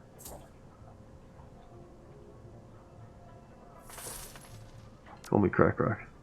Oh, you've already chosen a street name. How persistent of you. Cheng looks at you approvingly. XCrackrok, it's a good name. It has real character. She flutters her eyelashes at you. Now what's your real name? I mean, you do want me to erase your identities, don't you, dear? I'll need to know who you are first. Crack. She rests her chin on her hand. I know the type. And how did you become someone who does what needs doing, Crack?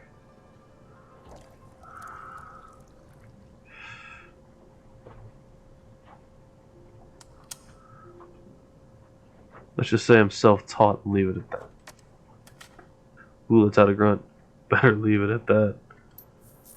Kinley Cheng whips her head towards Wu, a nasty retort already on her lips. But then she stops, sticks out her lower lip as she sizes him up. She turns to her lieutenant standing behind her, nodding her approval. Looks like the gun show is in town. What's your name, gun show? Wu's focus remains straight ahead. Duncan Wu. I'm a cop, Lone Star. I hear there were some fresh corpses found on the docks tonight. Smugglers, I believe. Didn't sound like the Hong Kong police when I heard about it. You're doing, Duncan Wu? Wu's eyes remain fixed on a spot on the wall behind her. He smolders. I identified myself as Lone Star, but they wouldn't stand down. They had weapons. It was self-defense. She puckers her lips at him, her voice sing-song. I don't care, sweetie. They weren't my people. But now I know you're a life-taker, Mr. Gunshow. You and your friend here. She begins arranging mahjong tiles on the table in front of her. But now I'm curious. Why were you meeting Raymond Black on the docks tonight?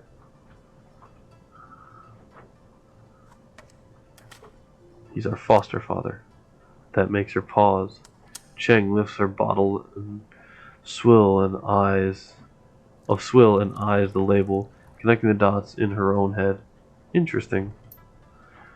A look of disgust passes over her face. Sorry, kids, but he was looking like shit when I saw him. Eyes half open, dark circles around them, dragging his feet. The whole bit. She tisks in displeasure. Your foster daddy was in a bad place.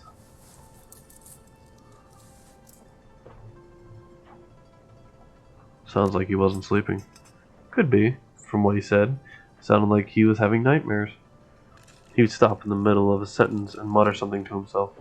One time it was about the walls breathing or something. Another time it was about teeth. Thousands of teeth. I remember him drifting off near the end of our meeting. It looked like he was off somewhere else in his head. He said, I left prosperity in there. Then Nightjar put his hand on Mr. Black's shoulder, asked him why he wanted to go into the walled city so badly. This seemed to bring him back. When your old man opened his eyes, they were full of tears. Then he muttered something else I couldn't make out. She pours herself another shot, tosses it back, and rubs her belly. Your daddy got real irritating after a while. I can imagine. She grabs a long, slim cigar from a pack on the mahjong table, lights it. Alright, let's get to it. She exhales smoke and points 2 fingers at you and Wu. You two need your sins burned, and you need them burned fast. Hong Kong dragnets are bad news. When they roll in force. Armored personnel carriers, heavy armor, heavy weapons, sorcerers, the whole thing. And they aren't coming to arrest you. She folds her arms across her chest.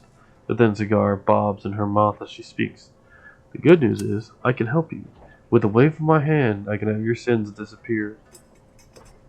But you need to understand, my darlings, is that what you're asking for is not a simple request. Burning a sin isn't just deleting a number. It's wiping all reference to that number from all the world's largest databases.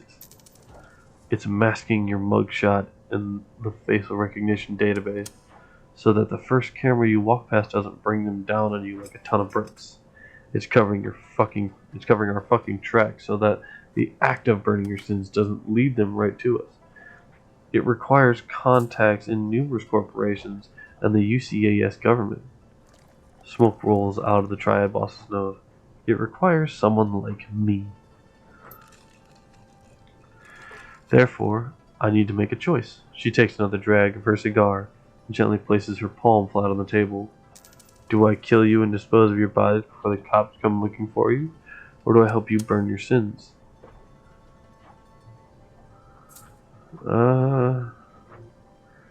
Shadowrunner etiquette. You may want to think about your rep as a fixer. 2 of your runners were taken down by the cops, and you have no idea why.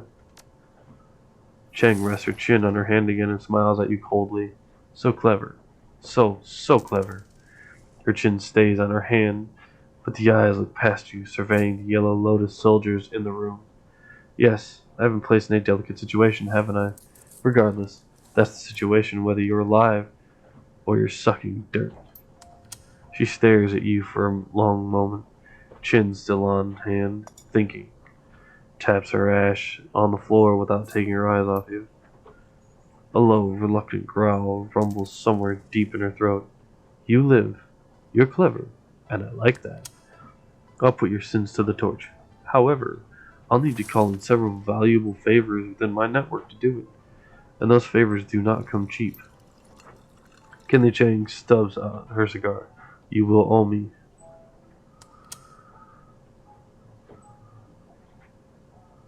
Oof.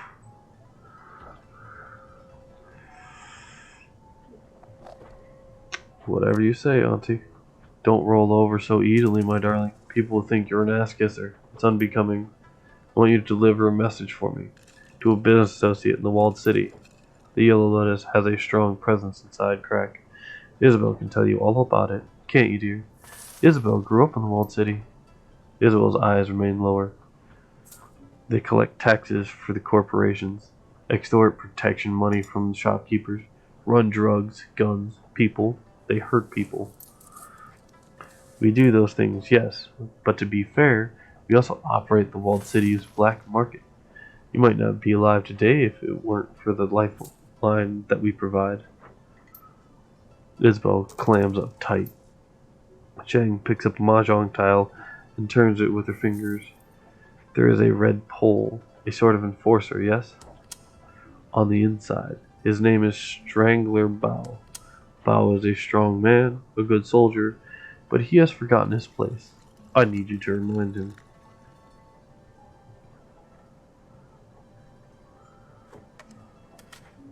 Let me guess, if I remind him, you mean put a bullet in his head? No, if I wanted him dead, I would have said so. Don't jump to conclusions. You aren't any good at it. She tosses you a memory stick. This is a message from Bao. You will deliver it to him in my name, and then return to me. Remember, Crackrok, Bao's men are my men, by right. They should all be serving me. I would prefer it if you did this quietly, without killing them. I have no use for dead soldiers. She turns to Gobbet and Isabel. One of you will go with these two Westerners to the walled city, help them locate Bao, and show them the ropes. The other will remain here with me. I have several menial and degrading tasks that need doing around the establishment. No matter who goes and who stays, you'll both pay for bringing an APB to my doorstep. Yes, Auntie. Yes, Auntie. Now, I'm going to find out who ordered the hit on Nightjar and do some dentistry on him with power tools. She closes her eyes and smiles with pleasure. The boy was my favorite. He sang to me sometimes. She opens her eyes again and sneers. That other one, I don't care about. Good shot was an asshole. She turns away and waves you off the back of her hand. That'll be all, my darlings. Return to me when you are done. Deal. Wu turns to leave. Well, we're still alive. That's something.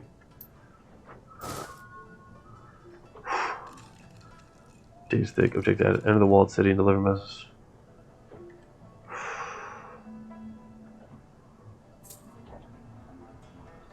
Oof. The question is, who's doing what? Alright, let's see. So I have a Mahjong parlor. Enter the walled city and deliver the message to Strangler Bao. Spend karma.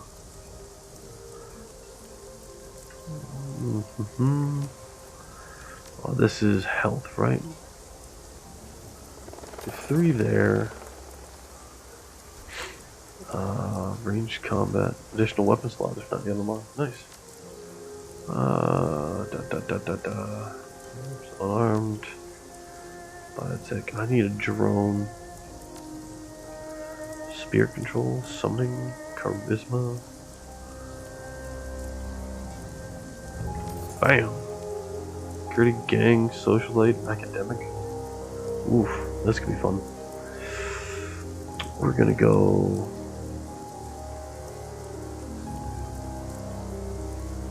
corporate. New etiquette, maximum for trolls. Maximum for orcs. New etiquette, max for elves. Alright, cool.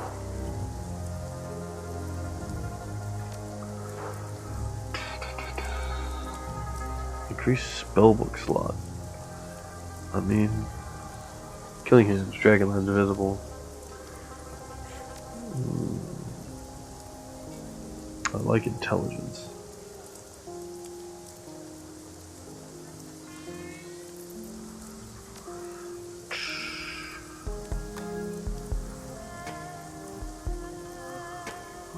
Main component used to calculate the chance to hit with melee weapons on combat, as well as melee cyber weapons such as spurs and hand raisers, increasing the skill unlocks an additional weapon slot.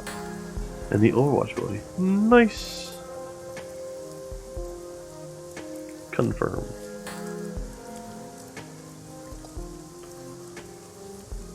I hope he levels up too. Like as this all goes. I really do.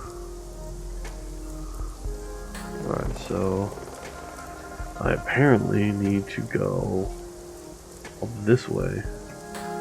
Right back to the club. Alright, cool.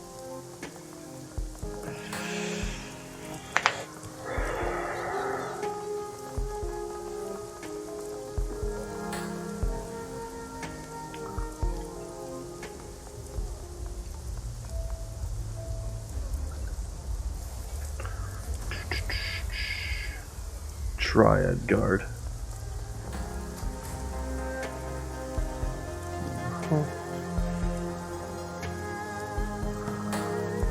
Talk to the guy. The thug taps his earpiece, gestures with his head. Auntie Chang said you'd be coming. You can pass. Uh-huh. Enter the walled city. When traveling to new mission locations, you will be able to choose which members of your team to bring and modify their loadout for the run. When members of your team become permanently incapacitated on a mission, they'll be automatically extracted for emergency medical care. They will be patched up and ready for action next time you return to Haoi.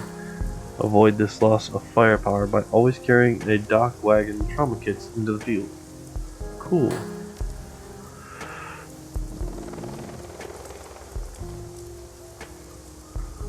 Dangerous and meets faces. She is the Matrix, carries explosive and a shotgun pistol. A devotee of Rat, specializes in spirit control, barriers, and area of effect damage spells. She has heal, which is nice. She has 2 spirits. Well, I'm not really worried about spirits. She has the poison frog, which is useful.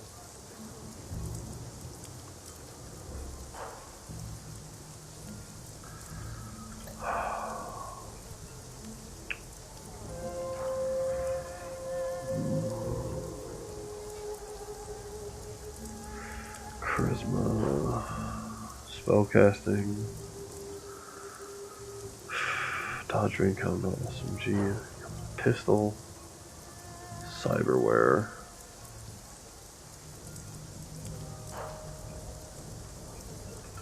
Alright.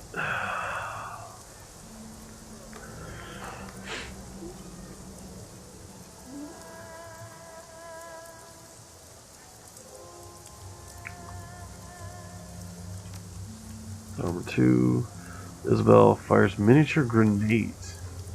For the streets, adds 5 seconds when hacking blocker IC. So custom. Covetous customizes old style TMP, shaving off weight and bulk. Okay, she has Force 2, Air and Nature, Haste.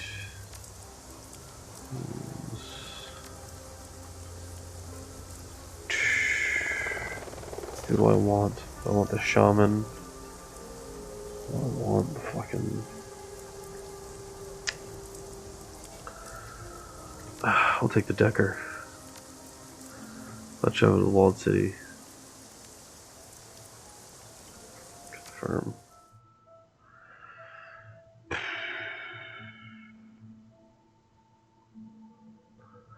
Magical healing can only heal the most recent wounded character is taken. Kowloon Walled City.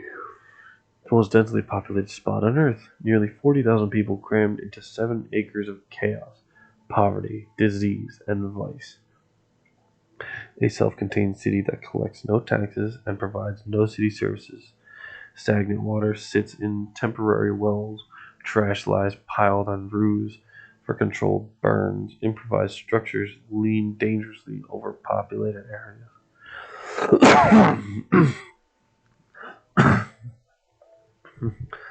It's the ideal breeding ground for all manner of illicit trade, drugs, gambling, black market trade, metahuman trafficking, and everything in between.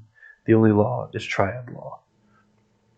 And now you need to enter the septic system of a city, find a triad enforcer named Strangler Bao, and deliver a message from Kinley Chang. Cool. Ooh. Equipment instead. What is this? So...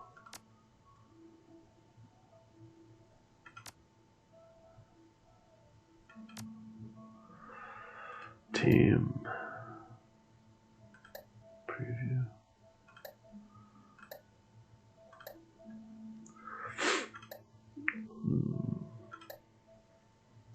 I mean,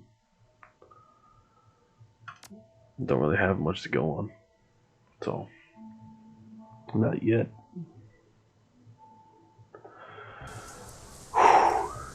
Alright. Foul, oily water rains down from above, mixes with the filth and the offal and swill of the streets, turns it into a flowing slurry of unrecognizable sewage. In the distance, the sounds of back alley activity add to the ambiance at your arrival. Breaking glass, the crackling hiss of a garbage fire, faint screams of terror, punctuated by the occasional gunshot, sex and business and violence and misery blended into one. Oof. Wu winces at the stink, waves a hand in front of his face. Raymond said that prosperity was in the walled city, but I don't see it. Why the hell would he want to set one foot in this place?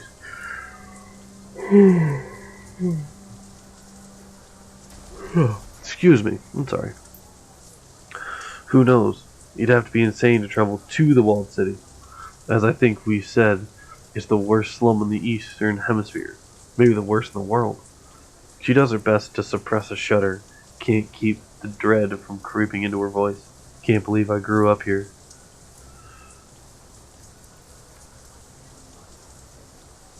Sorry to drag you back.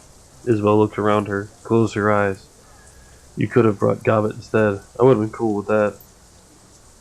She peers up at the catwalks and sky bridges that connect the rotting tenements' sagging architecture. Frowning, she points to a spot in the distance. There was a market over there when I was a kid.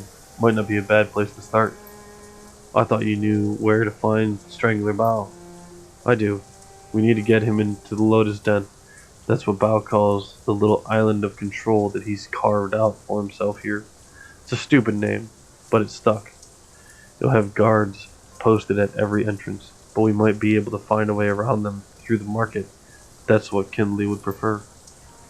They probably aren't expecting anyone to come in force.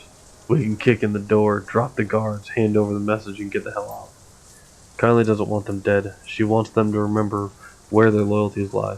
It's tough to remember much of anything when you've got a bullet in your head. I mean, we could kill them if you really wanted to. Technically, Bao is the only one that has to live, but I'd rather keep Auntie Chang happy than piss her off.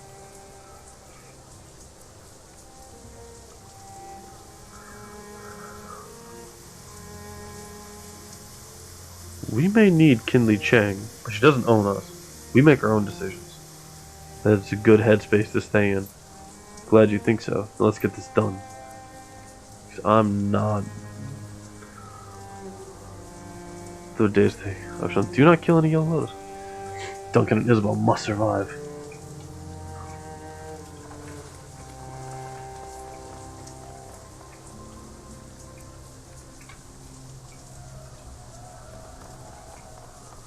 Oh lord. We're stinking piles of shit. Inspect. Putrid stench emanates from the remains of this building. You see nothing that would cause it.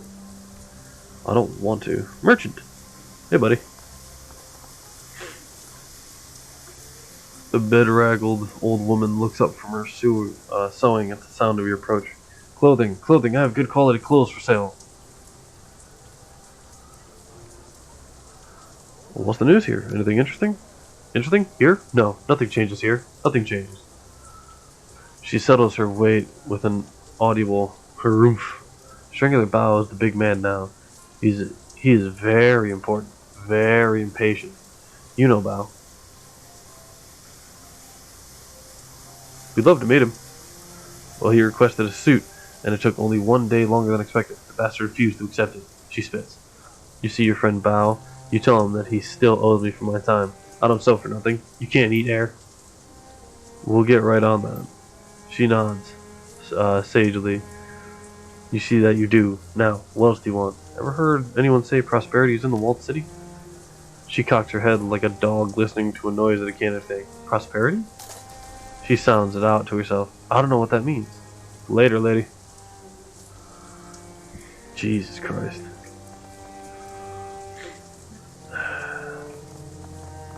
There's some lady. Bloodied woman. I'm not sure I want to deal with this. A young woman lies on the ground. She's a bloody mess. Streaks and spatters of crimson crisscross her blouse and mat her hair. Judging by the quality of her clothing and the bag on her shoulder, you'd make her out as a student. She is out of place here as a librarian would be in a game of urban brawl. She struggles to move, but she's clearly exhausted. The dark circles around her eyes tell you that she hasn't slept in days.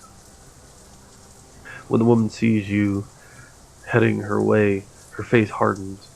You see her hand slip into her jacket pocket, but as she studies your faces, the fear in her eyes gives way to curiosity. You guys don't look like you're from around here.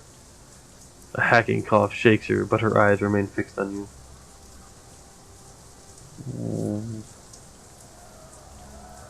You either. I'm a student at HKU. She glanced around watchfully, over your shoulder at the buildings looming above her, into windows nearby. Doing some research. Gotta finish before I can leave.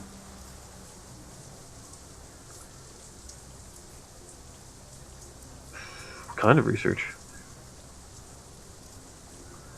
Fieldwork. I've been taking readings and gathering stories for my master's thesis on Feng Shui in the sixth world. Feng Shui have to do with a slum. Everything, I think. Absolutely everything. Rich people hire geomancers to design the interiors of their homes, to attune them just right to achieve balance and harmony. The poor have nothing like that. Leave a slum to fester long enough and you get this. She glanced at her surroundings, a look of profound disgust on her face. I think that the negative thing, it's feng shui of places like this affects the people who live here, that it changes them in a fundamental way, makes them less capable of breaking the cycle and getting out. That's what I'm trying to prove. Before the awakening, people thought of feng shui as a philosophical system. Now the sixth world, it's more than that. It's actually a form of magic. The whole thing revolves around Qi, the invisible life energy that binds every person and thing together. It's very real here in Hong Kong. Nobody knows the reason why. Maybe it's only real because people believe that it is. The important thing is, it is a measurable, quantifiable phenomenon. That's an entire industry that's grown up around it.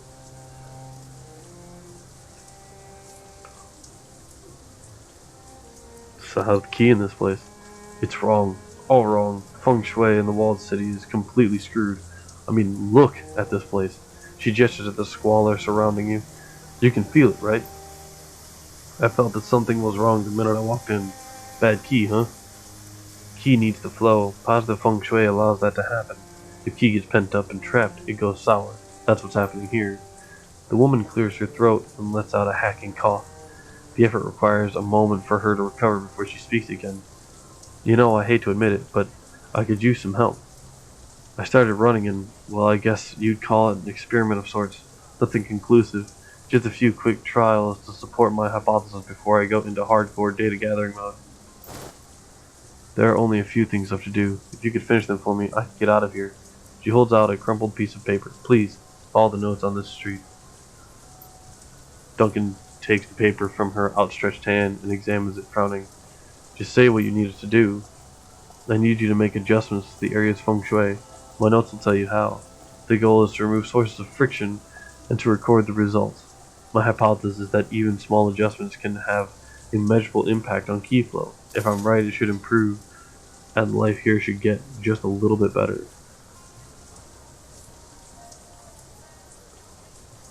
I'll see what I can do. Option: repair the walled city. How the fuck do I do that?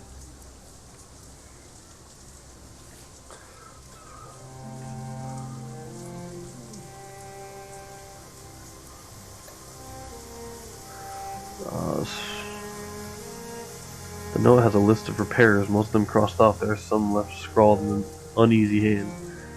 Sparking wires, trinket man, broken water shutoff valve, lower level, burning tires, password. Okay. So I guess we'll see what we can do.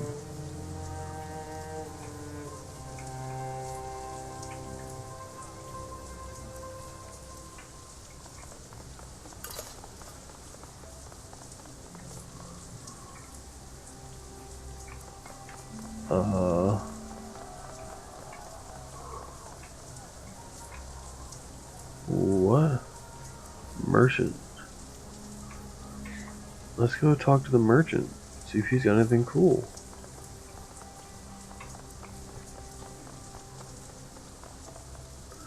The street vendor gestures towards a jumbled pile of tarnished chains, costume jewelry, and trinkets on a stained flannel blanket. Look at these beauties. Very valuable. Very pretty. Ever heard anyone say prosperity is in the walled city? No, he shakes his head. That's not something that someone would say around here. Let's see what you're selling.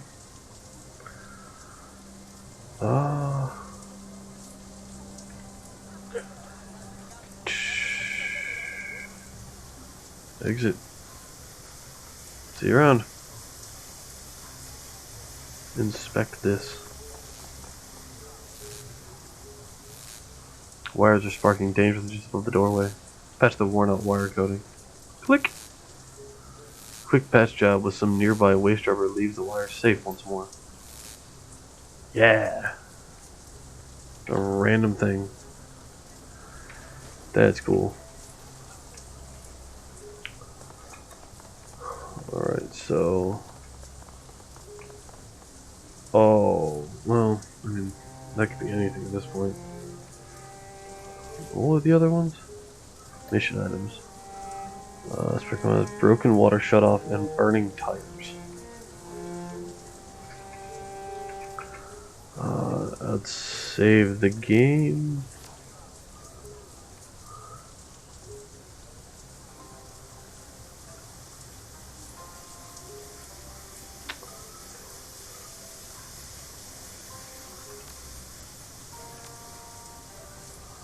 Alright, let's inspect this.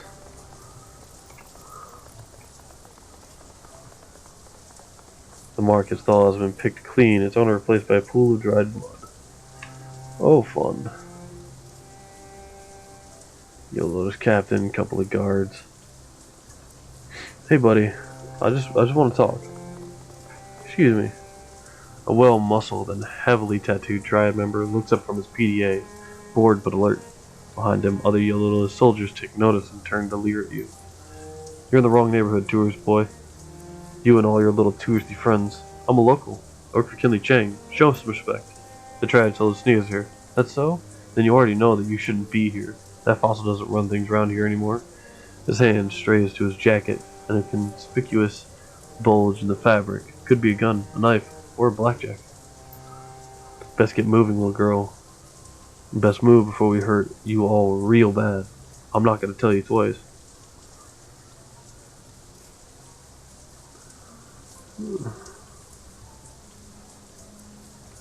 Tell him the truth? Screw it. He pauses in mock consideration. No, I don't think so. We haven't been told to expect anyone.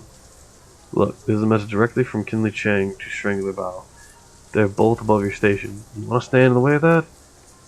I sure as hell wouldn't. The little soldier's mouth tightens. This is a trick. You're just trying to get close to Bao so that you can put a bullet in him.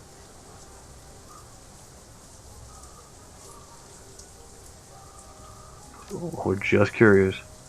No, I don't think so. You don't get near Shingo. He turns away. And you don't talk to us again either, understand? Try to pass by my boys and we'll punch holes in you until daylight shines through. Alright, we're leaving. Yeah, the wrong etiquette. Damn! I could fight him. I'd rather not, though. If I can avoid it.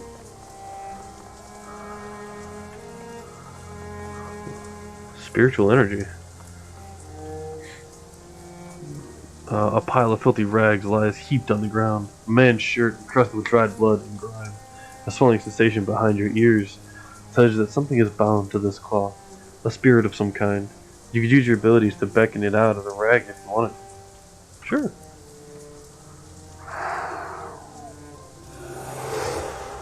The air above the bloody rag shimmers, slowly something close to a man shape coalesces into being. A soft voice echoes from deep inside, as if it began somewhere else. Forlorn spirit, what is this? The spirit peers at you through eyes as soft and undefined as poached eggs. Where am I?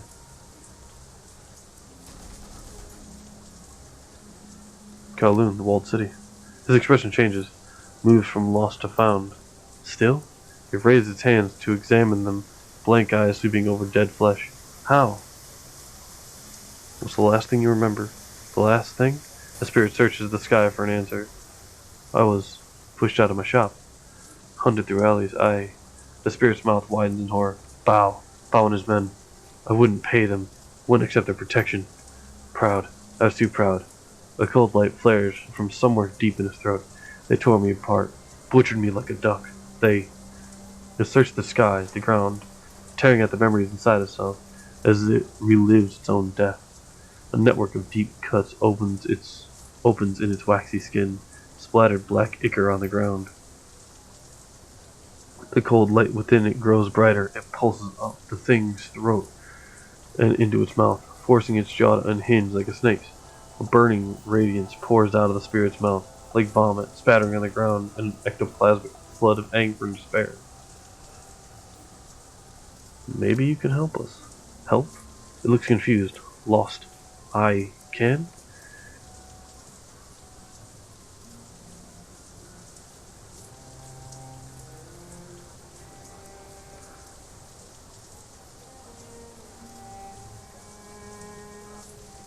You just pass Bao's guards into the walled city so we can find them. You can take out Bao's guards, give them some of what they gave you. Yes, revenge! The resonance of the words penetrates you, scrapes at something inside you. Isabel gives you a sidelong glance. Chang didn't want any yellow to kill the rock. Revenge! The spirit's spiderly fingers twitch. They begin to curl, then taper, then blacken until the set of wicked sharp hooks. The spirit looks at you expectantly.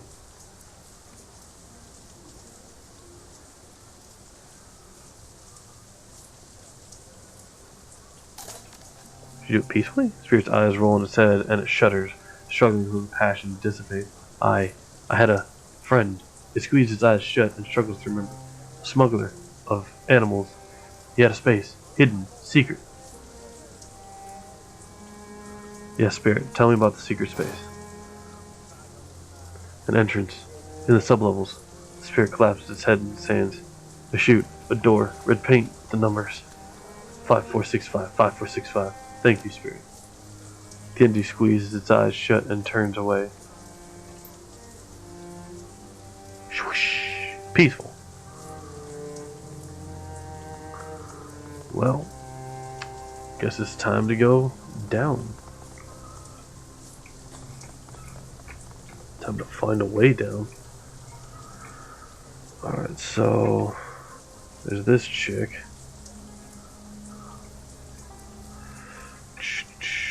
That's roughly where I began. That is where I began. There's a light. Can I get here? No, I can't. I can get to, like, here-ish. Maybe I can get over past. I can. Sweet.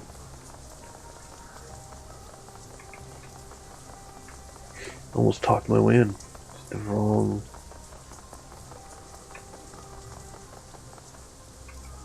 affiliation set. Wait, where's the way down?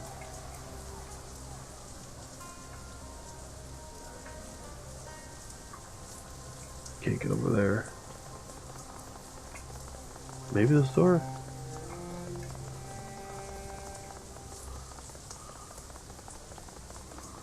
Let's see if this door does anything.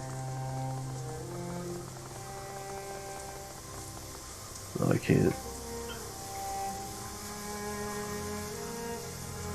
So I have to find... I'm probably overlooking it, to be honest.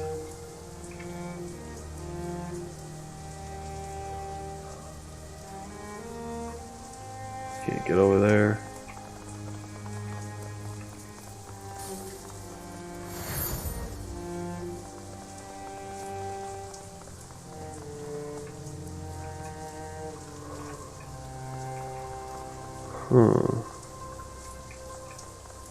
Let's see, over here doesn't seem so bad. You come upon a heavily muscled triad soldier screaming at a bearded old man holding a bleeding nose. The punk wags a cheap disposable cred stick in the old man's face. This, the bright plastic case, would look cheerful if it weren't smeared with blood. This isn't enough. You've got two options, old man. You gotta find a way to pay me all the money, or you can drag your bony ass deeper into the wall. Find a spot for yourself there with the pimps and the predators. They should find a nice use for you. Your choice. The old man wails. It's not fair. I can't just pack up and leave. I've been living here 22 years, and This is how it's going to be? He rolls his burly shoulders. Fine by me. Dude. He's out cold. Oof. Well, maybe I should pay that guy a fucking visit. Inspect the burning tires. The tires have been set aflame and have been burning for some time. The smell is awful. I can't do anything about it?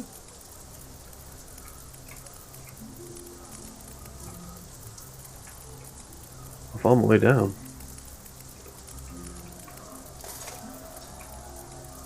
What's the thing over here?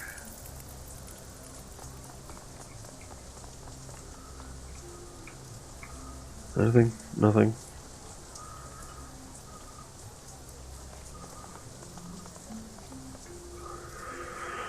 Alright, so homeboy is out cold.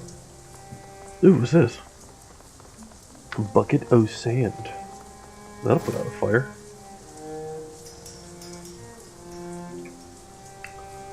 Burning tires.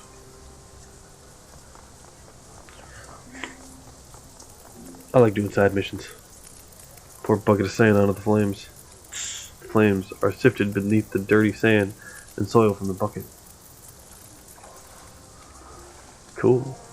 To the lower levels.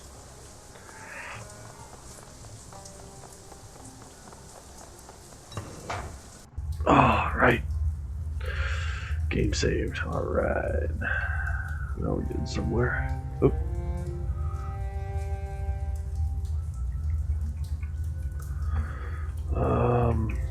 Let's see what we find. Just go wandering around for a bit.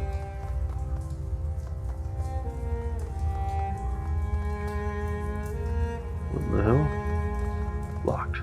Door panel. That might be my secret door. Inspect. Door panel. That also could be my secret door. Maggots churn within stews of undefinable ingredients. Yikes.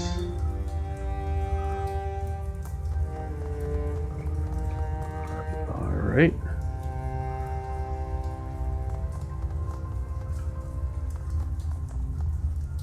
Gun runner. Ooh, hi gun runner.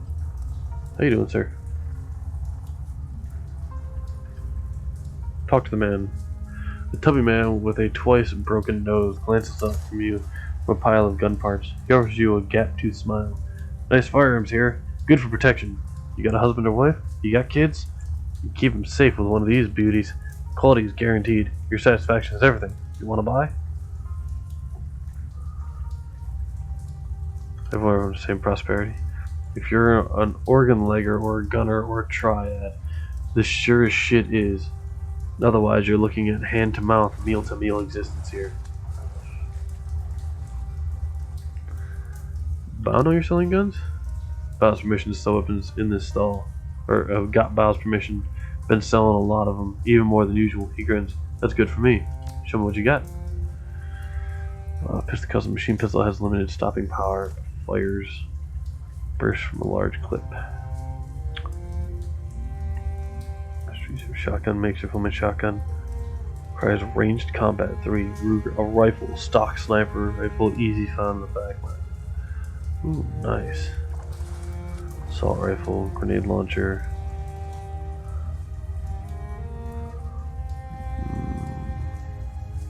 Damage 6. I think mine actually does more. Let me see. So my pistol does damage 7. Duncan's is damage 9. And hers is damage 9. But I can't do anything with her shit. I can't do anything with Duncan's either. They just get like upgraded as we go. I wonder how that works.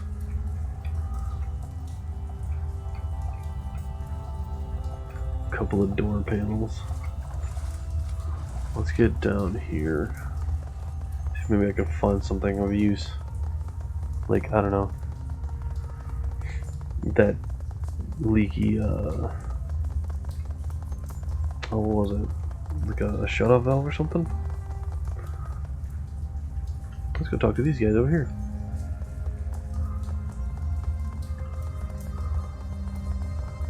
Hey, bud.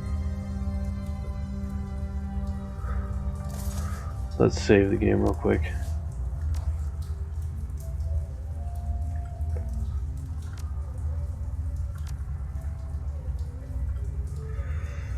Hey, buddy. The other force glares at you. You can see the outline of the old man's cred stick in his vest pocket. He flexes and his muscles bulge. What do you want? Step away, asshole, right now.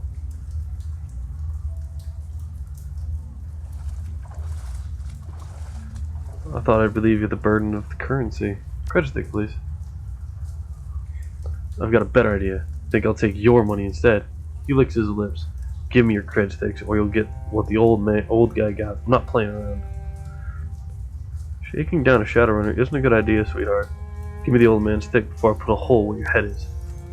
He comes up short, frowning. His eyes shift from you to Duncan, to the assault rifle on Duncan's back. Oh, to hell with it. There's nothing on this old stick anyway. He tosses the cheap stick back at you. The balance on its LED screen reads 063.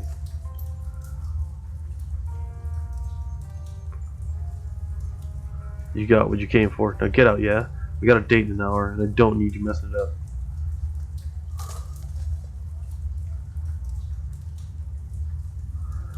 The Simpsons ship, remember? This the next time you decide to shake down an old man. He waves you off. Yeah, get out. Plan to. Fucking asshole. That's her. Alright, cool. There's no broken shadow valve in here. Optional quest, man. What is this? Inspect. What's up, boys?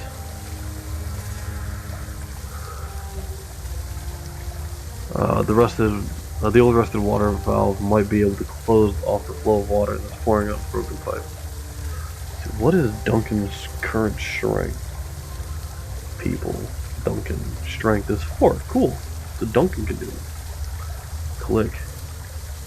Duncan, can you give me a hand? Duncan steps up to the valve. Sure thing. Shouldn't be too hard. The flow of water ceases. Less clean water will run into the streets now. Sweet. Karma gained. So that's all that.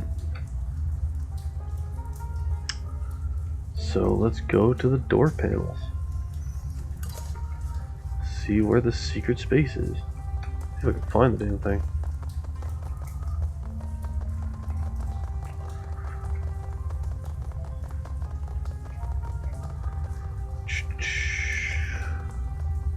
Boop.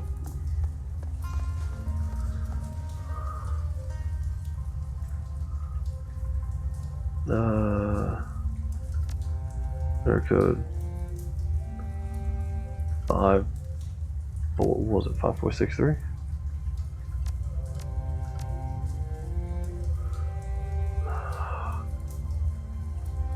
Listen. That's Isabel. Nothing to it. She loads the program on her deck and effortlessly goes to the door. The door unlocks. Ah, cool. Enter Lotus then. Hey, look at that. This is fun. Secure terminal. The terminal belongs to Bowles people. I bet that we can get something useful out of it. The terminal's locked with a password prompt. Ask Isabel to jack in. Isabel's so programs she got sniffer. Increase your chance to hit against enemy ICs. Deckers by 20% for 3 rounds. Heals yourself for a friendly target for 75 IP. Reduces system trace by 50. Shares a cooldown with other suppression programs. Powerful attack program directed at one target, dealing 100 IP damage. Creates a shield expert system program.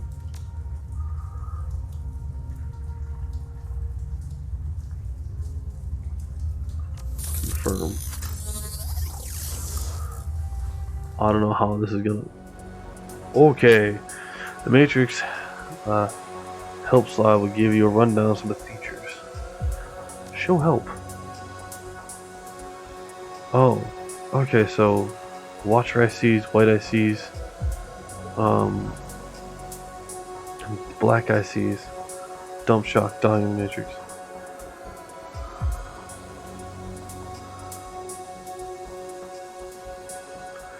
Defeated Matrix of dying outright, you will be forcibly jacked out.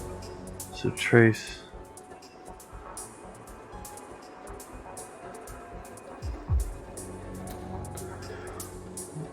Okay, I've read that before. Awesome, gonna kill any of the Lotus. That's cool. So I gotta get away from these things. Let's see if I can find a good spot. Alright, it looks like...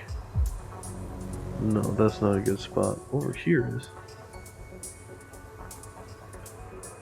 Definitely a good spot.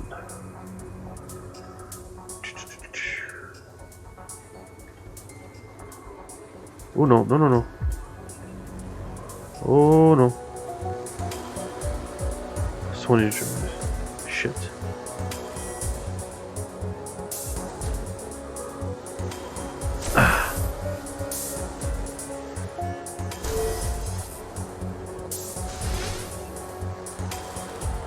Uh-oh. Not what I want.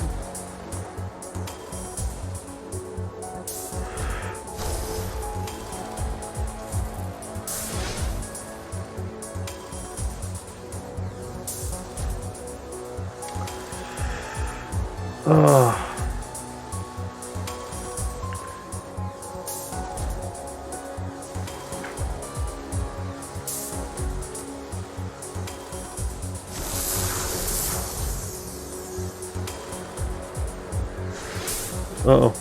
That's not good. Come on.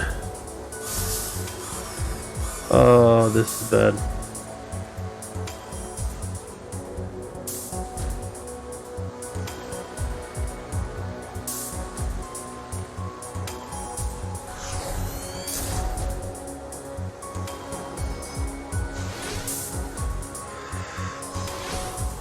Oof. Ow. Increase your chance to hit against NPCs. Attackers. How much HP do you even have? Increase my chance to hit.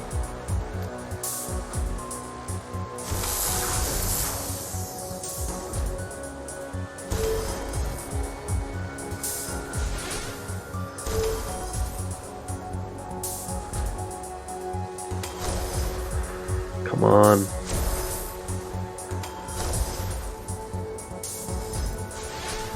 I gotta get you closer.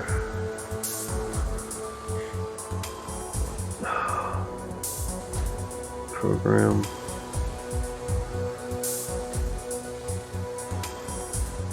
Alright, so. And get you a lot closer.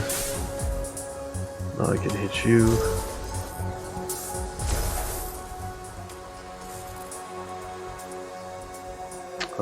Jack out. Okay. It's not what I want. I'm close to what I wanted. God damn it. That did not go according to plan.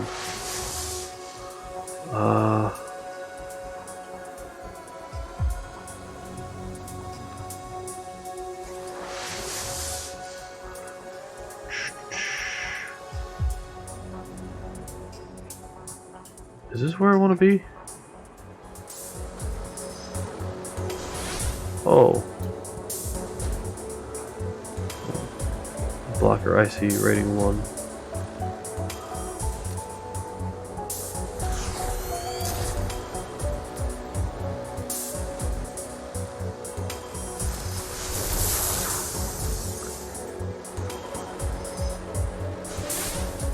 Okay, so hit it again. Come on. Okay.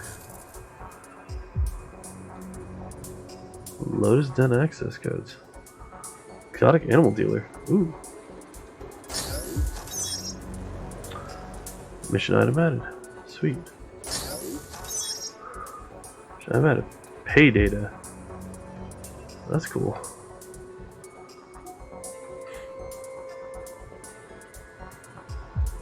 This is nuts. System response level 2.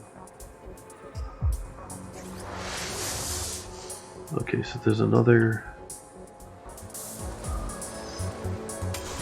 Yeah, that's what I thought. So full cover, better accuracy. I use my hella hurt.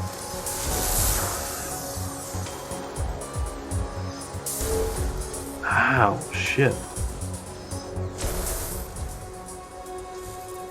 Alright, cool. Dude, got it. Alright, now there's gotta be a fun way to get the fuck out of this bitch. This is weird. This is straight weird.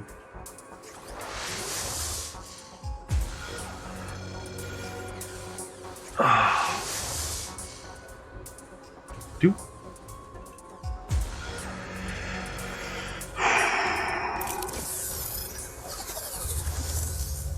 Cool. Alright, well, that did not go according to plan. But, I mean, hey, it worked. So I'm going to save again. Confirm.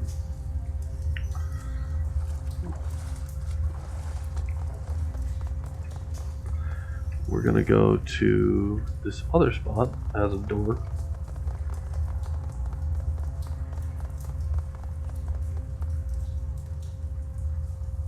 A series of heavy bars with old motors retract them as stained.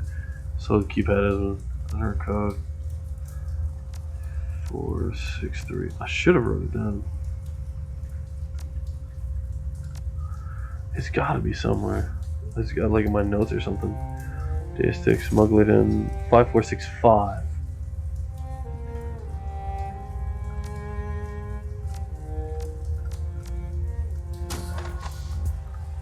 The door unlocks. Oh!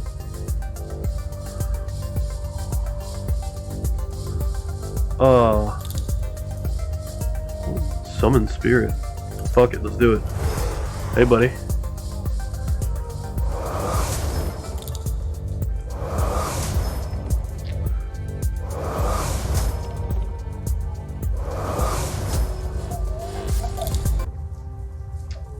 Boom. Should have lost that. Oh, look at that. Picked up money. Sweet. Alright, so I have a couple of different options. Save real quick. Alright. So there's that. Let's go to Lotus Den. Let's try this one. I'm not sure I want to, but open the door.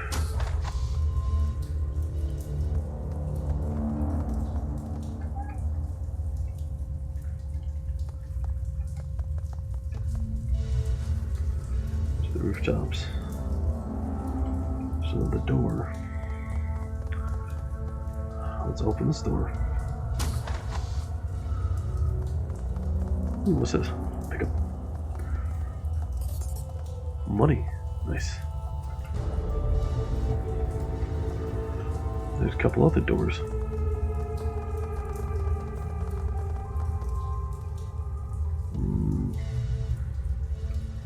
That's where the mission is. Let's see if there's anything else of fun use in here.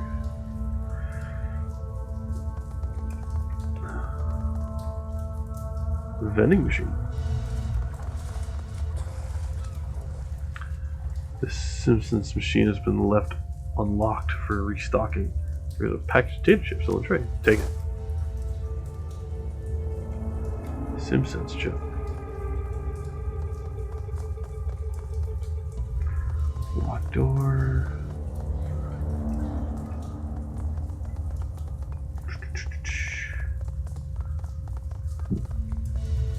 I'm curious. What the hell? I'm just curious. Where's that other spot lead?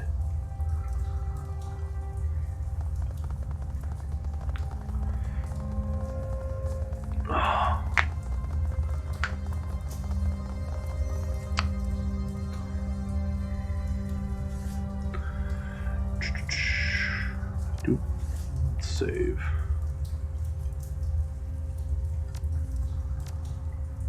Cool. Let's see where this leads.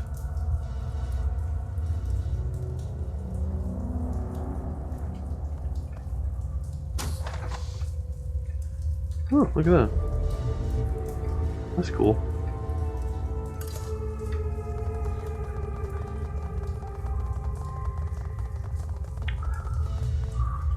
Door panel. Doors and steel. Key code. Nope. Alright, so I don't have a key code in here, do I?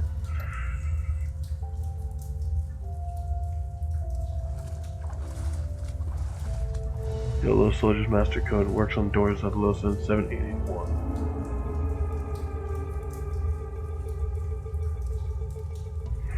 Less than someone might pay to take it off your hands. Smugglers and dealers could be worth some money on the Shadowland BBS. That a yellow so took from LA Old City resident. Door code data stick. So 7881.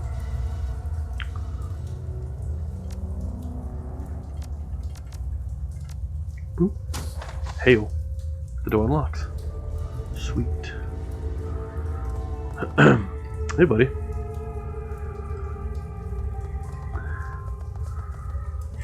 A large man in his 50s stands waiting, his heavy tattooed arms held in a fighter stance. His bone structure is heavy. Corded muscle stands out on his arms and chest. In his youth, he must have been enormous. He doesn't talk so much as emit a low rumble. I don't know how you got in here, but you've got my attention.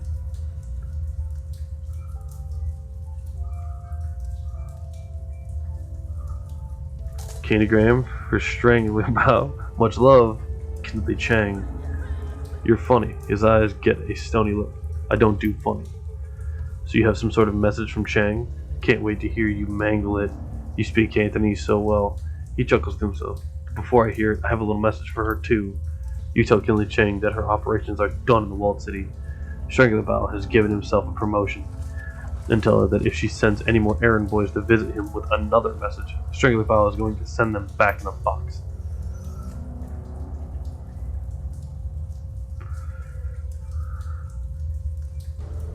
Oh my god. Oh, these are great. Come on, Strangler. Can I call you Strangler? You just want to hang out, play some video games, do triad stuff. While the days say, just slap the stick, listen to the message, and I'll be gone, okay? I don't get to hear you butcher the message. I'm sad. He grabs the small plastic drive from your hand, slots it in his triad player. Kinley Chang stands erect, speaking directly to the camera. Mr. Bao, as everyone knows, you are a man of swift action. I respect that, and because of that respect, I will get right to the point. I know where your money is coming from. I know that you have friends working for straw sandals like myself. They have been siphoning funds from their organizations. I know about the noodle shop that you launder the money through. I have tasted their broth and found it wanting. The old one becomes flintly hard. You have been stealing from the Yellow Lotus, glorifying yourself with revenue that we have earned. And I have files to prove it. Bao's eyes widen as files begin to flit across the screen. Receipts, bank reports, personal communications between himself and his men. Kinley Chang continues speaking, smooth and casual. Now, in light of our recent conflict, you might be wondering why I'm keeping this information to myself, why I haven't exposed you so you could be dragged from your lotus den by the balls and slowly roasted on a rotisserie spit. In truth, I respect your ambition. You have a lot to learn about candor and loyalty, but I believe that you still have value. I'm still wanting to work with you. However, in order for that to happen, we need to come to an understanding about the nature of our partnership. Kinley Chang steps forward, fills the screen. I own you, Bao. You and all your men. You're my fucking playthings. Dolls to twist and pose as I see fit. I am in this position because I am far better at this than you, and it's time that you learn that. Accept what I am telling you, and we can get back to business, prosper together. But if you continue your little rebellion, I will mail tiny pieces of you to your children and take their picture as they open the package. She produces one of her thin, black cigars, lights it, holds the smoke a long time. You have 24 hours to return to the fold. If you aren't here licking my heels by then, the information will be released, and you will become food for fish. Your choice, Bao. 24 hours. The message winks out. Strangler Bao turns away from the screen slowly. His skin is ashen. Get out. He pauses, casts his eye to the floor, and tells Miss Chang to expect me at Swift Winds tomorrow. He stands straight. Tomorrow morning. It's a pleasure meeting you, Mr. Bao. Go. Just go. Alright. See ya. I don't really care one way or the other, to be completely honest with you.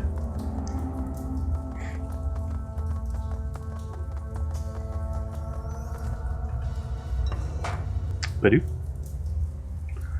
Alright. Where does this lead me? And do I want to go? I don't want to return to Halo yet. I want to finish some of my side quests.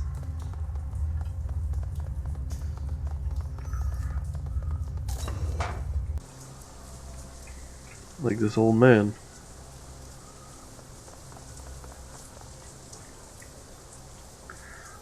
Don't want any trouble, boss. He exhales sharply. Please, just leave me be. Hand him back his crest stick. Here you go, man. Got this back for you. Oh, thank you. I don't have anything that I can reward you with, but I appreciate what you did. Oh, I know. Let's see. Anything else? Crest stick with a pair of gnarled hands. Thank you so much. This is everything I have in the world. Yeesh. Not trying to be a dick, but you need a little bit more. Alright, so I want to go, where are you? Here. I don't want to fight them. I want to move along.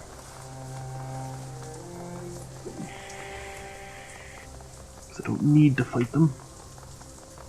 It's all handled. Bloodied woman. The young woman startles at your approach, fumbling for something in her pocket. When she recognizes you, she relaxes. Is it done? It's done. Thank you so much. The young woman sighs with relief. She opens the flap on her satchel, reaches inside, and produces a plastic sheath. I'm not magically active, so I can't see the flow of key in the area, but I've got test strips, little sheets of paper embedded with key-sensitive bacteria. It's a close relative of the FAB, but it doesn't seem much use outside of Hong Kong. She pulls the strip out of the sheath and holds it to the air. Within seconds, it turns ink black. She lets out a dejected sigh, her eyes shifting from the strip to her watch, the strip again. She looks utterly defeated. Damn it. I've been making adjustments for weeks now, trying to get the key to circulate better, and nothing seems to work. If anything, this one went bad even faster than the control strips I took when I got here. Any idea why? No, it should work. I followed the text, did everything right. The key here is rancid, that's obvious. But I swear, it's even worse than it should be. No wonder this place is so disgusting. The student coughs and rests her head in her hands. That's it, I'm getting out of here, in a little while. Gotta tell my advisor about this. Thanks for the help. Hope you don't stay long. I sure as hell won't. Cool. Another one done? Another one done? The killing you Lotus, Duncan and Isabel must survive. Return to Hayway. Yep, cool. Another one done.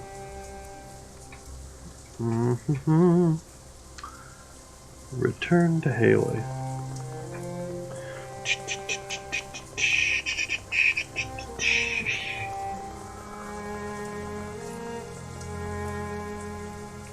Wu holds up his hand for everyone to stop.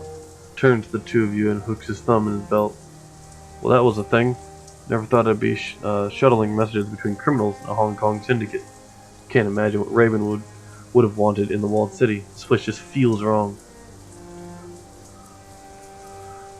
Must have been important. He flew all the way here, hired runners for an escort. But why? This place makes you feel like your life has no value. Like there's just no point to anything. He sighs and looks at your companion. Great life you have here. Isabel ignores the barb. She's too pleased. I can't believe it. We actually delivered Auntie's message without anyone dying. I've had enough of triads. Let's get out of this pit. I'm with you, Gunshow. But I don't need to see this place ever again. Gunshow? Seriously? Whose goggles point down at Isabel. That's not gonna stick, is it? I don't fucking know, bro.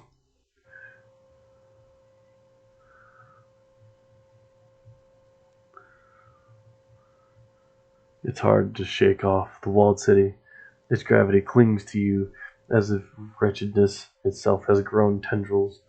The sounds of suffering, suicide, but their echoes still thrum in your insides. Isabel walks quietly, regularly checking over her shoulder as if expecting pursuit from the buildings themselves. She hugs her cyber deck to her chest, as if protecting a small child. Wu pauses a moment, and breathes a sigh of relief when you finally reach the streets. But returning to Haoi isn't like coming home. Suspicious. Suspicious looks and closed mouths ascend unsmiling faces that billboard a universal message. You don't belong here. Time to report back to Kinley Chang and inform her that the message has been delivered. Get this business over with. Get your sin burned. Get to the next step. Whatever that is. You leave the city of darkness behind, head to the mahjong parlor, and a date with a crime lord. Oof. That was rough. That's some rough shit right there.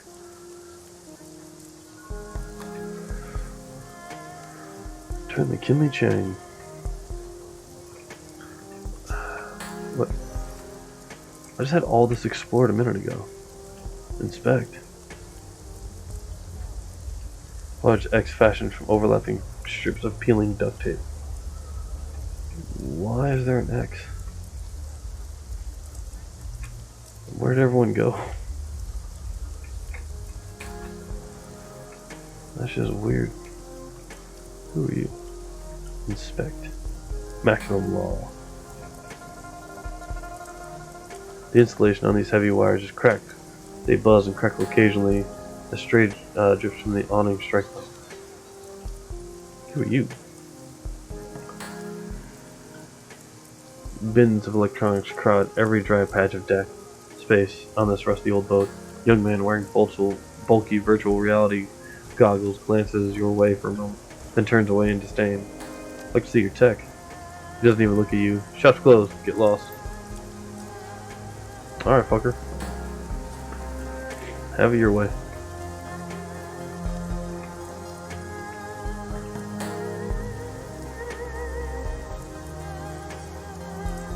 Mahjong parlor. Alright, lady. Kinley Chang watches you closely as you walk across the mahjong parlor. As you approach, her lieutenant leans in, brings her mouth close to the triad boss's ear. Chang smiles and nods, her eyes never leaving you. There's a twinkle in the straw sandal's eye. I've heard from Bao. He got my message very clearly, and I understand that there were no casualties created during your little delivery run. I'm pleased and surprised.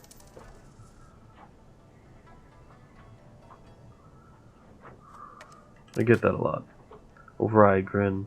Do you? Perhaps your bravado is warranted. We'll see. My message was delivered, and Strangler Bao is back in the fold, earning for me. As far as I'm concerned, our transaction is complete. While you were gone, I set the wheels in motion to wipe your identity. She pulls out her PDA, stabs a button with a lacquered fingernail. The order has been sent. Congratulations, you're now sinless. Shadow people. Wu exhales heavily. His eyes remain focused straight ahead, but his shoulders sag.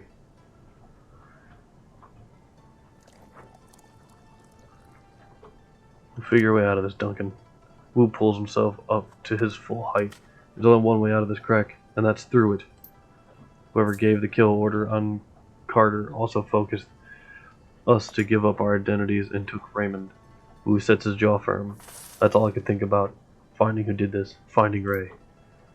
Kinley Chang holds up a hand. While I was working to get your sins burned, I also had my network looking into Raymond Black's disappearance. I've been thinking about what you told me earlier, and I agree. She eyes the room carefully and leans in. I can't just let this lie. Someone killed my runners. It would be a sign of weakness to the Yellow Lotus and the others if I do nothing. She rests her PDA on the mahjong table facing you. The Triad Boss's tongue slips from her mouth as she looks over the top, hunting for the right button on its upside-down interface. She finds it and looks up at you again. I have news to share with you, my darling, the kind you won't like. Raymond Black is dead. She taps the button, and a recorded newscast appears on the screen. Raymond's photograph appears on the screen behind a reporter standing on the docks in Victoria Harbor. It's a picture you've seen before. A professional portrait taken for a press release about a youth center he was opening in the Redmond Barrens. Under Raymond's photo are the words, "Seattle man killed." Another shooting involving the police department. A Seattle community organizer and industrial engineer was apparently shot and killed while resisting arrest at Victoria Harbor last night. HKPF police report that the UCAS man, Raymond Black, was behaving erratically and would not respond to police orders to surrender. No additional information regarding Black or why he was traveling to Hong Kong are available. Police have stated that due to this shooting's proximity to last night's shootout with the White Star, the investigation must remain confidential and no other details are being revealed at this time. Kindly, Chang taps the button again and the video closes. Wu puts his hands to his face. This just keeps getting worse. You're right, Auntie. This news I did not like. Raymond's dead. Wu puts his hands over his mouth, trying to process the information. He sways, and for a moment it looks as if he's going to pass out. Isabel reaches out to touch Wu, thinks better of it, and pulls back her hand. Sorry for your loss. I never had a father, so I don't know what it's like to lose one, but sorry. Raymond dies the same night we're ambushed? That's no coincidence. No fucking way. Kindly taps the video closed. She hunts around the keypad and selects another button. I'm afraid that's not all, my darlings. This is security footage from Victoria Harbor last night. You'll find it contains a contradiction. The PDA shows silent, grainy video footage of Raymond sitting in a tea shop flanked by two guards. He's looking down at something on his hand, completely distracted. The footage continues and the camera displays several black-clad figures entering the field of view. From different angles, guns ready. A tall, sharply dressed man in a suit walks briskly towards Raymond, flanked by two more. Raymond stands to face him, and the camera gets a clear view of the suit's face. White plastic. His guards turn to draw weapons, and muzzle flashes erupt from all sides. One of Raymond's guards goes down, and his submachine gun fires wildly, hitting the camera. Wu puts his hand on the table and leans in. Those weren't cops, and Raymond wasn't resisting arrest. What's with that guy's face? Gobbett reaches up to stroke the rat perched on her shoulder. Is that a mask? It doesn't look like a mask. It looks like some sort of semi-rigid plastic implant. Real craftsmanship. She pushes out her lower lip in anticipation. Or in appreciation. Appreciation? Yeah. Quite the fashion accessory. It's also the kind of fashion accessory that stands out in a crowd. This guy's either a fool or an arrogant son of a bitch. He sets his jaw firm. Either way, I'm gonna find him. Kinley Chang watches Wu intently. I believe you. Wu stands back and turns to you. What now?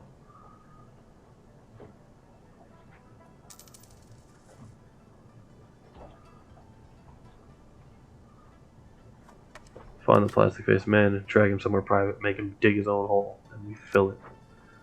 Chang's eyes sparkle. I like the way you think. That's exactly what I would do. But how? I'm afraid there are some facts you are going to have to face. She puts on a grave face. You are alone in this country. No network, no money, no identity.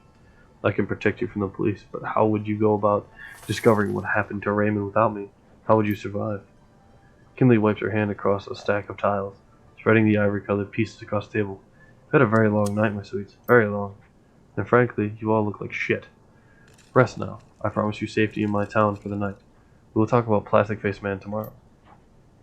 Kinley gestures to Goblet and Isabel. Ladies, go find our new friends a place to bed down. In the rat's nest squat boat you call home. We'll all talk after you've slept. Figure out our next steps together. Yes, Auntie. Yes, Auntie. Thank you for your help. Of course, my sweet. Kinley Chang smiles and her black button eyes flash gold. What are friends for? Don't know if I want to call you a friend. Not yet.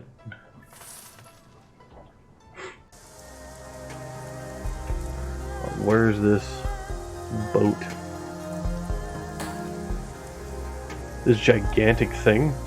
Really? Jesus. Safe boat. You two can bunk here for a while. She nods with her nose towards the hatch. You've each got ahead to take care of your necessities. Try to knock before you enter someone else's, okay? Seriously. I know the drill. Wu tunes with you. Stinks of fish, just like that place we squatted on Leary Avenue back when we were kids. The one with the Aslan family and their dog. Good people. Yeah, to the 160 seconds decided they wanted the place. He wipes his nose with a gloved hand. They were good people. Sorry that had to happen to him. He stretches and his spine pops like a handful of firecrackers. I think I've been up for something like 36 hours straight. He drops his arms. And this has been one shit stain of a day. Time to end it. The orc turns to you, raises an eyebrow. Anything you need before I leave you to it?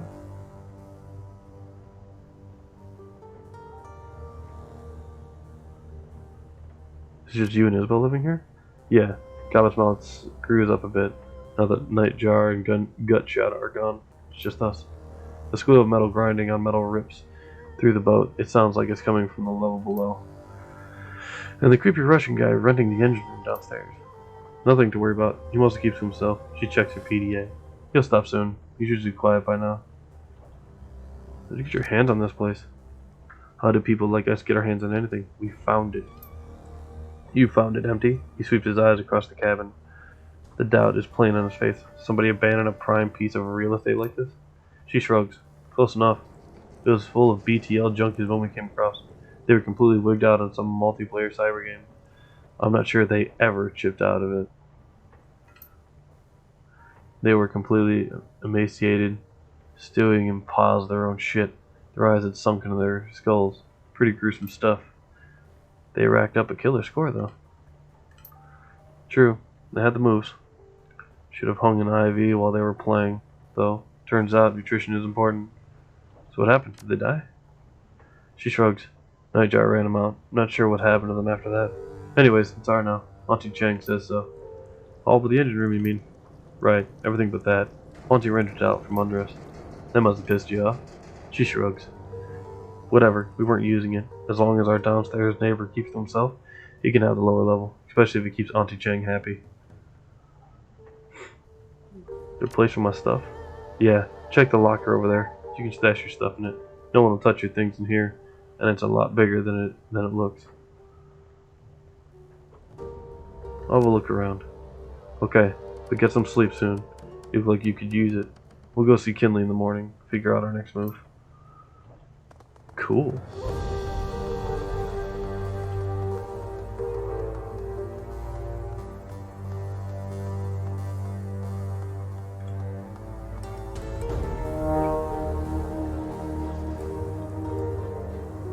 Stash. I have a stash.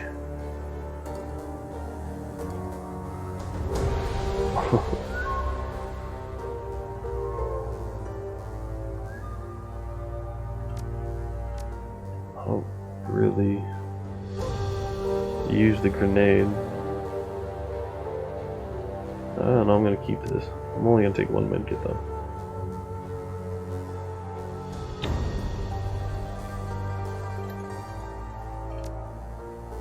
Alright. My bunk.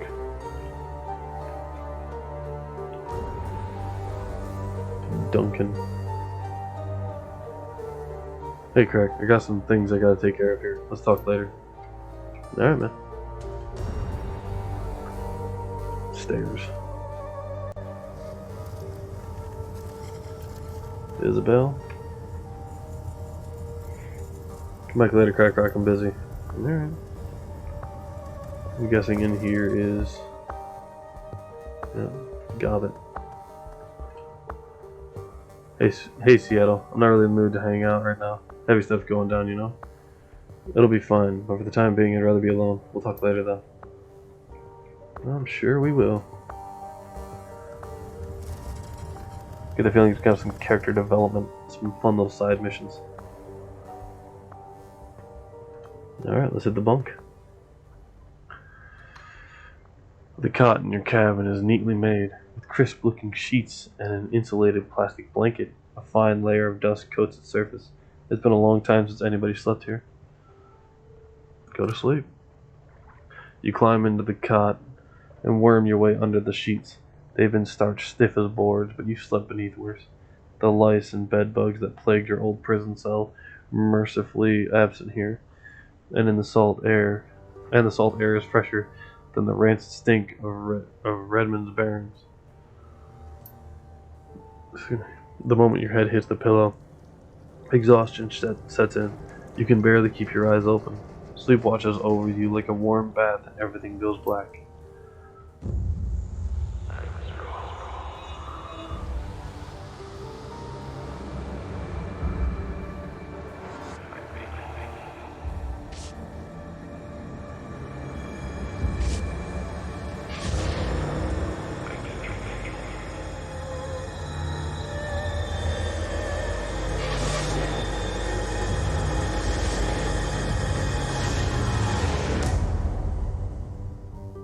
Alright. The dream is suffocating. The shifting tunnel of glass and steel, the towering silhouette of dark majesty, the shadowy doorway, and the teeth. They snap at your heels as you claw your way back to consciousness. You open your eyes to Duncan looming over you. He shakes your shoulder roughly. Crack! Come on, Crack. Wake up. We gotta go talk to Kinley. The others have already left. It was one rough night. He lets go of your shoulder, cocks a thumb at the hatch. We gotta go. I've been trying to wake you for a while now. You were thrashing around in your sleep. Glad you did. Having one hell of a nightmare. He reaches up and rubs the back of his neck. Yeah, I didn't sleep well either. I had a bad dream last night too. You okay? I'll survive. His fingers hit a knot. He winces. But man, nothing's gone right since we stepped foot in this country. I'll tell you something though, and this is after a full night's sleep. I don't believe Ray's dead. What makes you say that? Think about it. That statement from the cops on the newscast could be fake. Ours was. And that surveillance footage? We never saw Raymond get shot. The camera was hit by straight gunfire. His passion is intense, but contained, focused. Raymond's alive, Crack. I know it. You make a good case, Officer Wu. He smiles. His teeth are white and straight and perfect. Should have been a detective instead of a headbuster, right? His smile fades. God, I feel like I'm 12 years old again, squatting on a stinking trawler. My partner's gone. Raymond's gone. Hell, I'm gone. I don't even have a name anymore. And now I can't even go to sleep and hide from it all without having a nightmare. His jaw tightens and his teeth grind so loud you can hear it. What else is going to be taken away from me?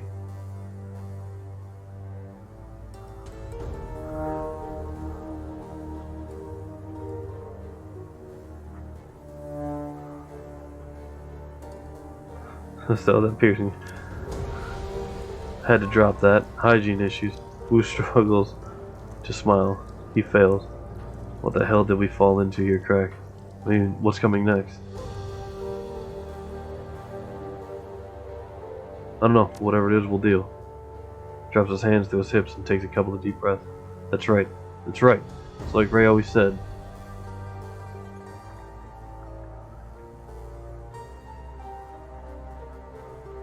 Life is in provision. Yeah, he chuckles. Finally. Raymond liked to talk in bumper stickers. Wu drifts off for a moment, the curl of a smile surrounding his tusks. Then his head dips a bit, and the smile fades. He draws a ragged breath. Whatever. He checks his watch. Gobbet and Isabel left a while ago. We should get going too. See what that triad lady has to say. Alright. Well, let's save this then.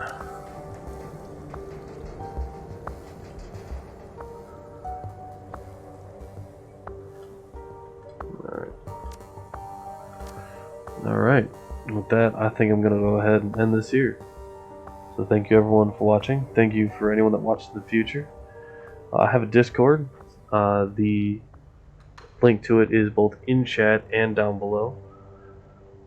So we usually use it for things like off-stream bullshitting and whatnot. Anyways, again, thank you all for watching. As always, have a great day.